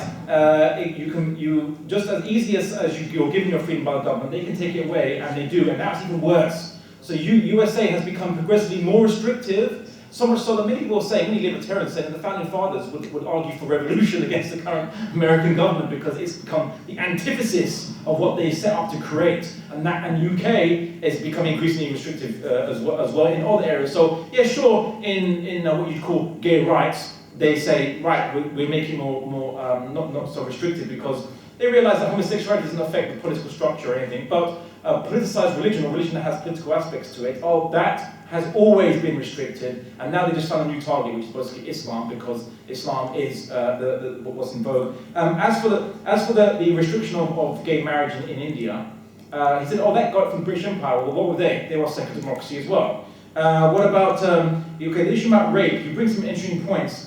It's not as clear cut as you say, brother. There are many women in the audience here, maybe they've studied this, and men as well, studied this matter, and feminists go on about this quite a lot, basically that many rape victims are not believed by the police. So who believes what by the police? Some people say that because one woman to give a testimony and it's hard to prove, because it's very difficult to prove rape, and that the person you're accused is innocent until proven guilty, it can also go the other way. So to be objective about this, it can go the other way, and that's the precise problem. There's a lot of confusion, and that's due to, I would say, the social system is very, in the West, or under secularism, it's not as defined as in Islam, whereby there would be few opportunities for rape due to, obviously family protection and so on, and free mixing amongst Muslims anyway. But I'll give you an example, Julian Assange, obviously, political guy, a bit of a hot potato, or accused of rape, very coincidentally, as soon as he basically, posed a trouble to America. There was a case actually involving a Muslim couple in the UK, whereby the wife said she didn't want to get pregnant, and the husband basically had sex with her and then ejaculated, and she said she was raped, and he was successfully prosecuted for rape. It wasn't the sex that was the problem, it was the fact that she didn't consent to him ejaculating, basically, and that he got prosecuted for rape in this country. That's the law system of secular democracy, in one secular democracy, that is. And just to finish off, yeah. He keeps, he mentions, there are discrimination cases against Muslims, like in the courts, like, if you pick someone for a job, you don't pick someone because they're Muslim or whatever. Yes, not all those cases are investigated, and in fact there's a big deficit, but very simple test. We all see in the newspapers, Muslim commits murder, Muslim rapes someone, Muslim this, Muslim that, Muslim, Islam does this in the name of Islam. And if you just change the word to Jew, they would come down for like a ton of bricks. Yeah, you'd be arrested, you'd be done for anti-Semitism, you'd be locked away. How many people have been prosecuted under the religious hatred laws in the UK? We have religious hatred laws, right? How many people have been prosecuted for it? None, I think. Maybe one, and they're not involved with Islam. That's the issue. It is open season to attack Muslim community in Islam, to demonize them, to misrepresent them in the media, to incite hatred against Muslims, leading to mosque burnings in the UK, mosque burnings in America. Even good warriors, Sikh good warriors got burnt and shot up because they thought they were Muslims, or because of the unrestricted media having open season on Muslims. That's discrimination, and the government does nothing. Why? Because in secular democracy, with this irrational human to decide what is right and wrong, at that particular point in time, they think, it benefits the government to put pressure on the Muslim community. That way, we'll force them to integrate. And he said, secular democracy, and you'll cite this government and that government, and so how great they are. And then when you point out a deficiency, you'll say, UK? That's not secular. Germany not secular, USA not secular, France, they're too secular, they're not secular. And Nazi Germany, they're not secular because Hitler was an atheist. He was not an atheist. I'm going to move on now. That's the problem here, I think, with finding it. Okay. I'm sorry, everyone keep your questions in mind. I'm going to try and get around as fast as I can. Sure. My name is Shazad. I'd just like to say, I think the title should have been "Which System is Just, Sharia or Secular Democracy?" The reason I say that, I think the term tolerance is framed within a secular democratic framework. And I just want to highlight some realities, not contradictions, actual realities of secular democracy in play. which tolerates sexualization of children, women, men, and even now in animals across the Scandinavian democracies, tolerating pornography, adultery, racist political parties, detention without charge, torture, insults, supporting of dictatorships, supporting terrorism, whether that's your friends and allies such as the Democratic State of Israel, interest-based economy and the fruits that it provides. And my point is, Sharia doesn't accept this, and I don't think any sensible human being would accept that, and I think that's where this kind of idea of tolerance is quite disgusting. But my question is, what depravity will secular democracy come up with next that the society will have to accept? Who is your question directed to? Right. Could you please repeat the few examples that you gave me? You can sexualization of children, adultery, pornography, torture, detention without charge, terrorism, drone attacks. Well, that's I just want to know what kind of depravity secular democracy is going to come out with next. I don't see how secular democracies directly influence the propagation of it. Not saying that they are propagated. They are not propagated under it. They are, and I'm not saying it should be. True, there's a wide variety of sexualization of women, for example, which is a huge problem, which is leading to several mental problems such as anorexia, for example, is a problem due to ideal body images propagated by the media. True, the problems exist. I agree. But it's more as to how we go about solving these problems. Right. And the question was that what other sorry, could you please repeat the question you asked me? What other depravity well what next depravity will secular democracy smart? I don't understand why you would say that. You see, a secular democracy keeps changing with new evidence. I think, for example, I think the question's a bit rhetorical in its own way. Like we can't predict the future. So let's just try and move on a little bit. Right, can I just make a little point there? Abdullah, you're just going. Okay. Tolerance. Okay, I'll be quick. Tolerance to acceptance.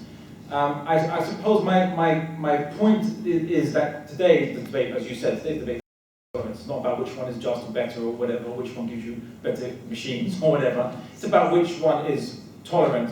And as now, I want to ask the atheists in the audience and maybe non-Muslim and Christian and Jews and anyone who's not Muslim here today. Actually, my message to you is this: as austere or as fanciful as you think Islam is, which no doubt you probably do, that's not what's being debated today.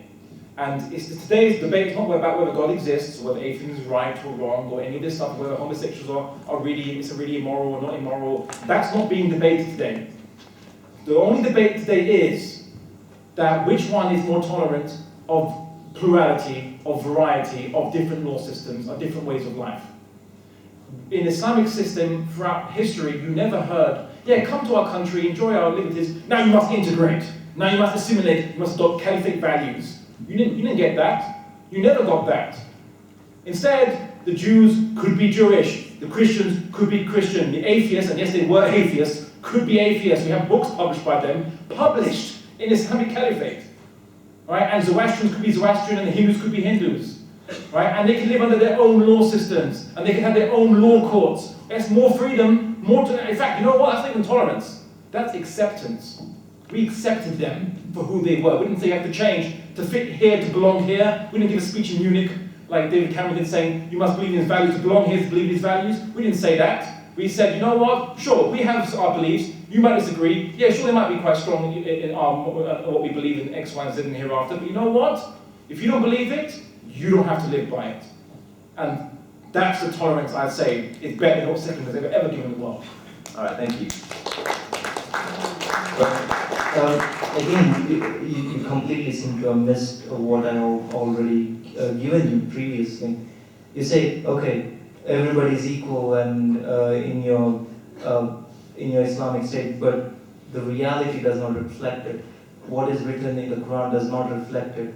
how Jewish people or any other people were treated in the past in an Islamic country does not reflect it. I don't understand where you're bringing these things from. Okay, there may have been a few cases, but that is not the majority of what was happening. I think it's the opposite. I don't understand this. There's so much contradiction in what you're saying. Do you study Middle East history? Do I study which? Middle Eastern history? I don't. I'm ignorant to that. Oh, damn it. Well, look, I tell you what, we can have. Raising my way a little bit. Has a caliphate, a kind of Islamic Sharia utopian system, ever existed? It's not a utopia because utopias can't exist because we're human, right? Humans are being what they are. But yes, it has existed. It has for 1,400 years, for 300 years. It ended in 1924. Yeah, there was bad caliphs and good caliphs, and basically the general standard was Jews, Christians, Muslims lived side by side for the vast majority of the time with no problems. The only and there was some social strife now and again, but what we see the reason for the social strife is that and it was minor, a few like mob riots or like whatever. It's because basically sometimes they were like poor Muslims were jealous that in Egypt, for example, I think in one particular case, some poor Muslims were jealous that in Egypt, basically, oh look at the Christians, they're so rich under the system, we're so poor. Why is that? That's not fair. And there was a bit of a riot under that, but it wasn't initiated by the state. There was no state pogrom, and the state came to protect the Christians. And why were they angry? Because Islam gave the Christians the right to become prosperous and to have rights. And when the Jews fled the Inquisition in Spain, they were invited by a letter from a chief rabbi in Turkey, whatever we call Turkey now, saying, come here, the Jews want for nothing here. We are prosperous, there's light taxes, no one bothers us about religion. Come to Turkey. That's why we have Jews coming to Turkey. I can give you citation after citation from historian after historian that says otherwise. The only one you can find is not a historian, it's a neuroscientist, and Ayaan Hirsi Ali, which is not really the most objective source you can find. May I? I actually have a half-page long list of where organized massacres of pogroms was organized under Islamic rule. That's Sankar's book you got there. Can you bring in the historian? He's referenced a historian. Who? He's referenced someone else. Oh, Harry said it. We must accept. Alright, I'm just going to move on straight quickly. You find the reference and give that back to us, okay, Nisha? I just had a question. I'm going to play a bit of a devil's advocate. Sure. Can you talk about one of the verses which Nisha mentioned about men being above women, and some of the comments about men allying to beat their wives in the Quran? Okay, I mean, again, it's not nothing to do with tolerance, but I've discussed this in all the other lectures. Right, very simply, it's like this. Fundamentally, in the Quran, men and women are viewed as equal. So we see that there's a verse in the Quran, I'm just reciting it from memory. Actually, I probably have a verse, I have it here actually, just for such contingencies. I will recite the translation correctly. Right, so we see that, oops, what is it? Okay, so we see in the Quran, I'll go through this. In the Quran, Surah 3, chapter 3, verse 195, God is saying, I do not waste the deed of any doer among you, be they male or female, the one of you is as the other. And there are many other verses beside that which equate a fundamental equality between men and women in the eyes of God. There are rights for women, and the Prophet Muhammad, he commanded Muslims that they are not allowed, he says, give them food for what you have for yourself, clothe them by what you have for yourself, and do not beat them, and do not insult them. So he commanded men, do not beat them, do not insult them, do not basically give them what you have, as you have, you should give them what you have. So, and there's many more beside, including women have the right for reproductive rights to their husband. So the husband can't turn down the wife because the wife has a right over the husband. It's reciprocal. Islam is not individualistic. There is right duties which both sexes have to fulfill to each other, and it's not optional if you get married. And marriage is considered to be consent. You give consent. So if I get married to a wife, whether I like it or not, I have to treat her right. I have to give her food as I eat the same kind of food. I eat the same kind of clothing, not exactly the same clothing, but the kind of level of clothing. I have to respect. I can't humiliate her. I can't beat her. And of course, if she requires me my emotional attention or my physical attention, she has a right. I have to give it to her because that's what reciprocity means in Islam. That's what an enlightened system does between humans. To say, I'm an individual, do whatever the hell I want. Well, you know, go live as a hermit on a desert island. Because in a free society, you have responsibilities to each other. So that's the Islamic perspective. As concerns the issue of relationship between male and female, both relations between male and female are related to family. Both the man and the woman has a relation to the family. The issue is this, that the general template is that the man has to provide for his wife, whether she is rich, even if she's richer than him, if she earns more money than him, the man must provide for his wife and protect her and look after her and give and obviously buy the needs of the house. In that, because of that obligation on men, and it's not an obligation on women at all whatsoever, even though she might be richer than him, women have half the inheritance because women need more money to look after their obligation towards family. It's not because women are worth less, it's because men have more responsibility, they have an obligation. Now, the judgment here talks about evolution. Well, I could argue the evolutionary, from evolution theory, that the Islamic perspective fits more the evolutionary model of humans than the individualism does. Because according to the evolutionary model of humans, the man was the protector, right? Men are physically stronger. Yes, sexual dimorphism, right? You're not a physicist, you're not a biologist.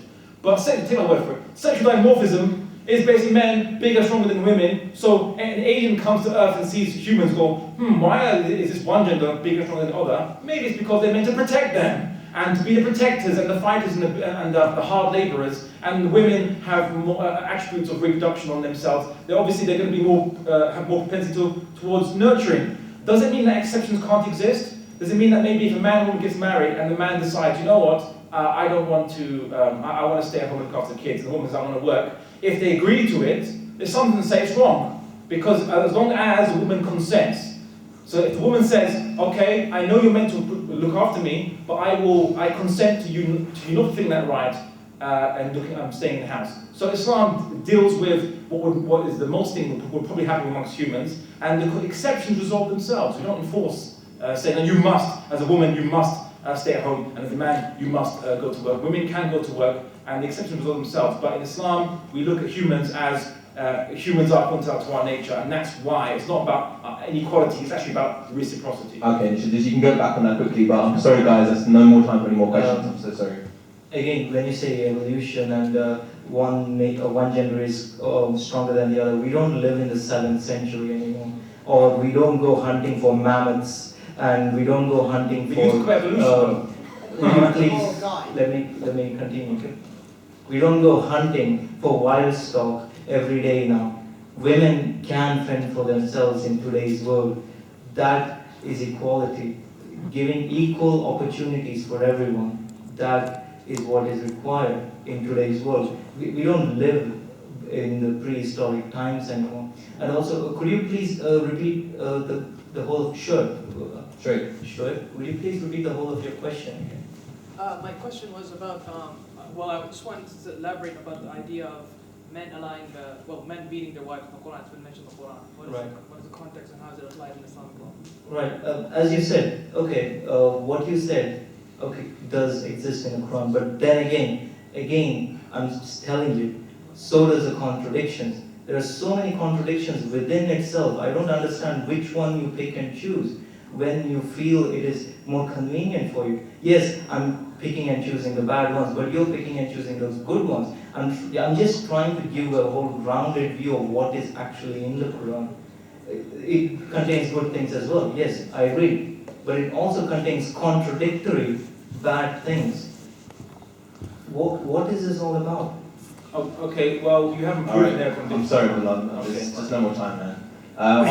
The thing is that outside the refreshments right now, so everyone just stay put for 2 minutes because we want to still count the votes up. So if you haven't voted yet, if you can just quickly send your votes in. Should we have a final summation between the speakers, or? Sorry? 2 minute summation. I mean, your summation was like the 8 minutes you had. Do we have time for it? Alright, I mean, you have 1 minute. I don't know what the format is. I mean, you have 1 minute each, then sum up. 1 minute. 1 minute summation. 1 minute. Alright. Okay, well, he talks about evolution all the time, and then he goes, well, we live in the modern world. Well, evolution happened like over thousands, 100,000 years, and it's given genetics that give us predispositions. So if you say we live in the modern world, then ignore evolution. If you say, well, we look at evolution, then we should look at the genetic predispositions of man at the same time, then shouldn't we? But that's a different discussion. Anyway, all I'll say is this: so women can think for themselves. Right now, in this day and age, a woman in a dark alley or a man in a dark alley will be just as vulnerable as a woman 2,000 years ago in a dark alley with a man in a dark alley if that man had ill intent. So humans haven't changed physically in all that time. There's still the same problems we have today, which is why we're still dealing with them. Anyway, I just want you guys just to think, just to kind of vote, not based on which one is following your worldview.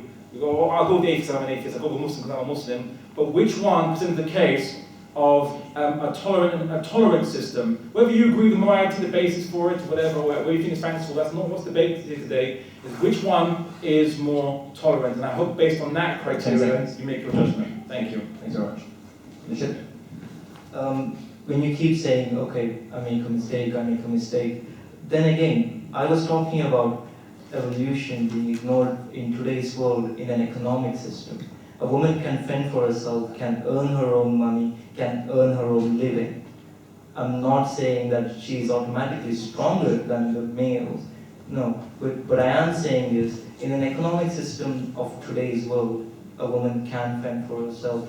She is able to earn her own living. Going back to the secular democracy part, what I would like to say is, in the end, what it comes down to is, a secular democracy supports separation of church and state. What that does mean is separation of religion from state, a separation of church or religion influencing the state in any of its decisions, which discriminates against a group of individuals. Okay, thank you. That's what it is. Thank you very much, guys. If we could just give a round of applause to the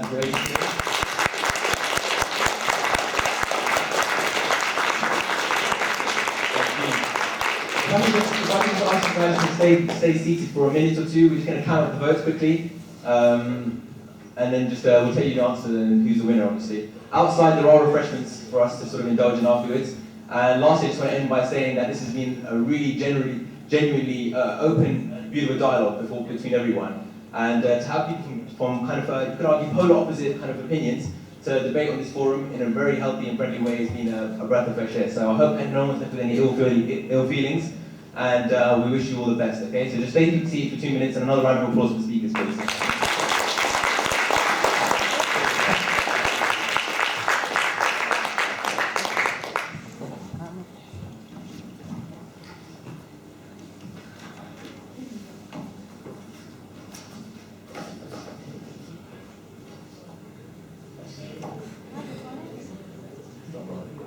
TikTok noise. Drum roll.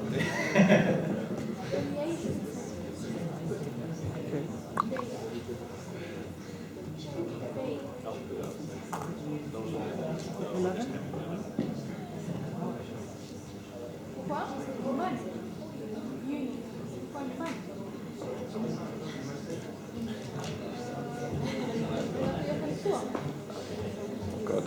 In the middle, stay in the middle, stay in the middle. Okay, so the results have been announced.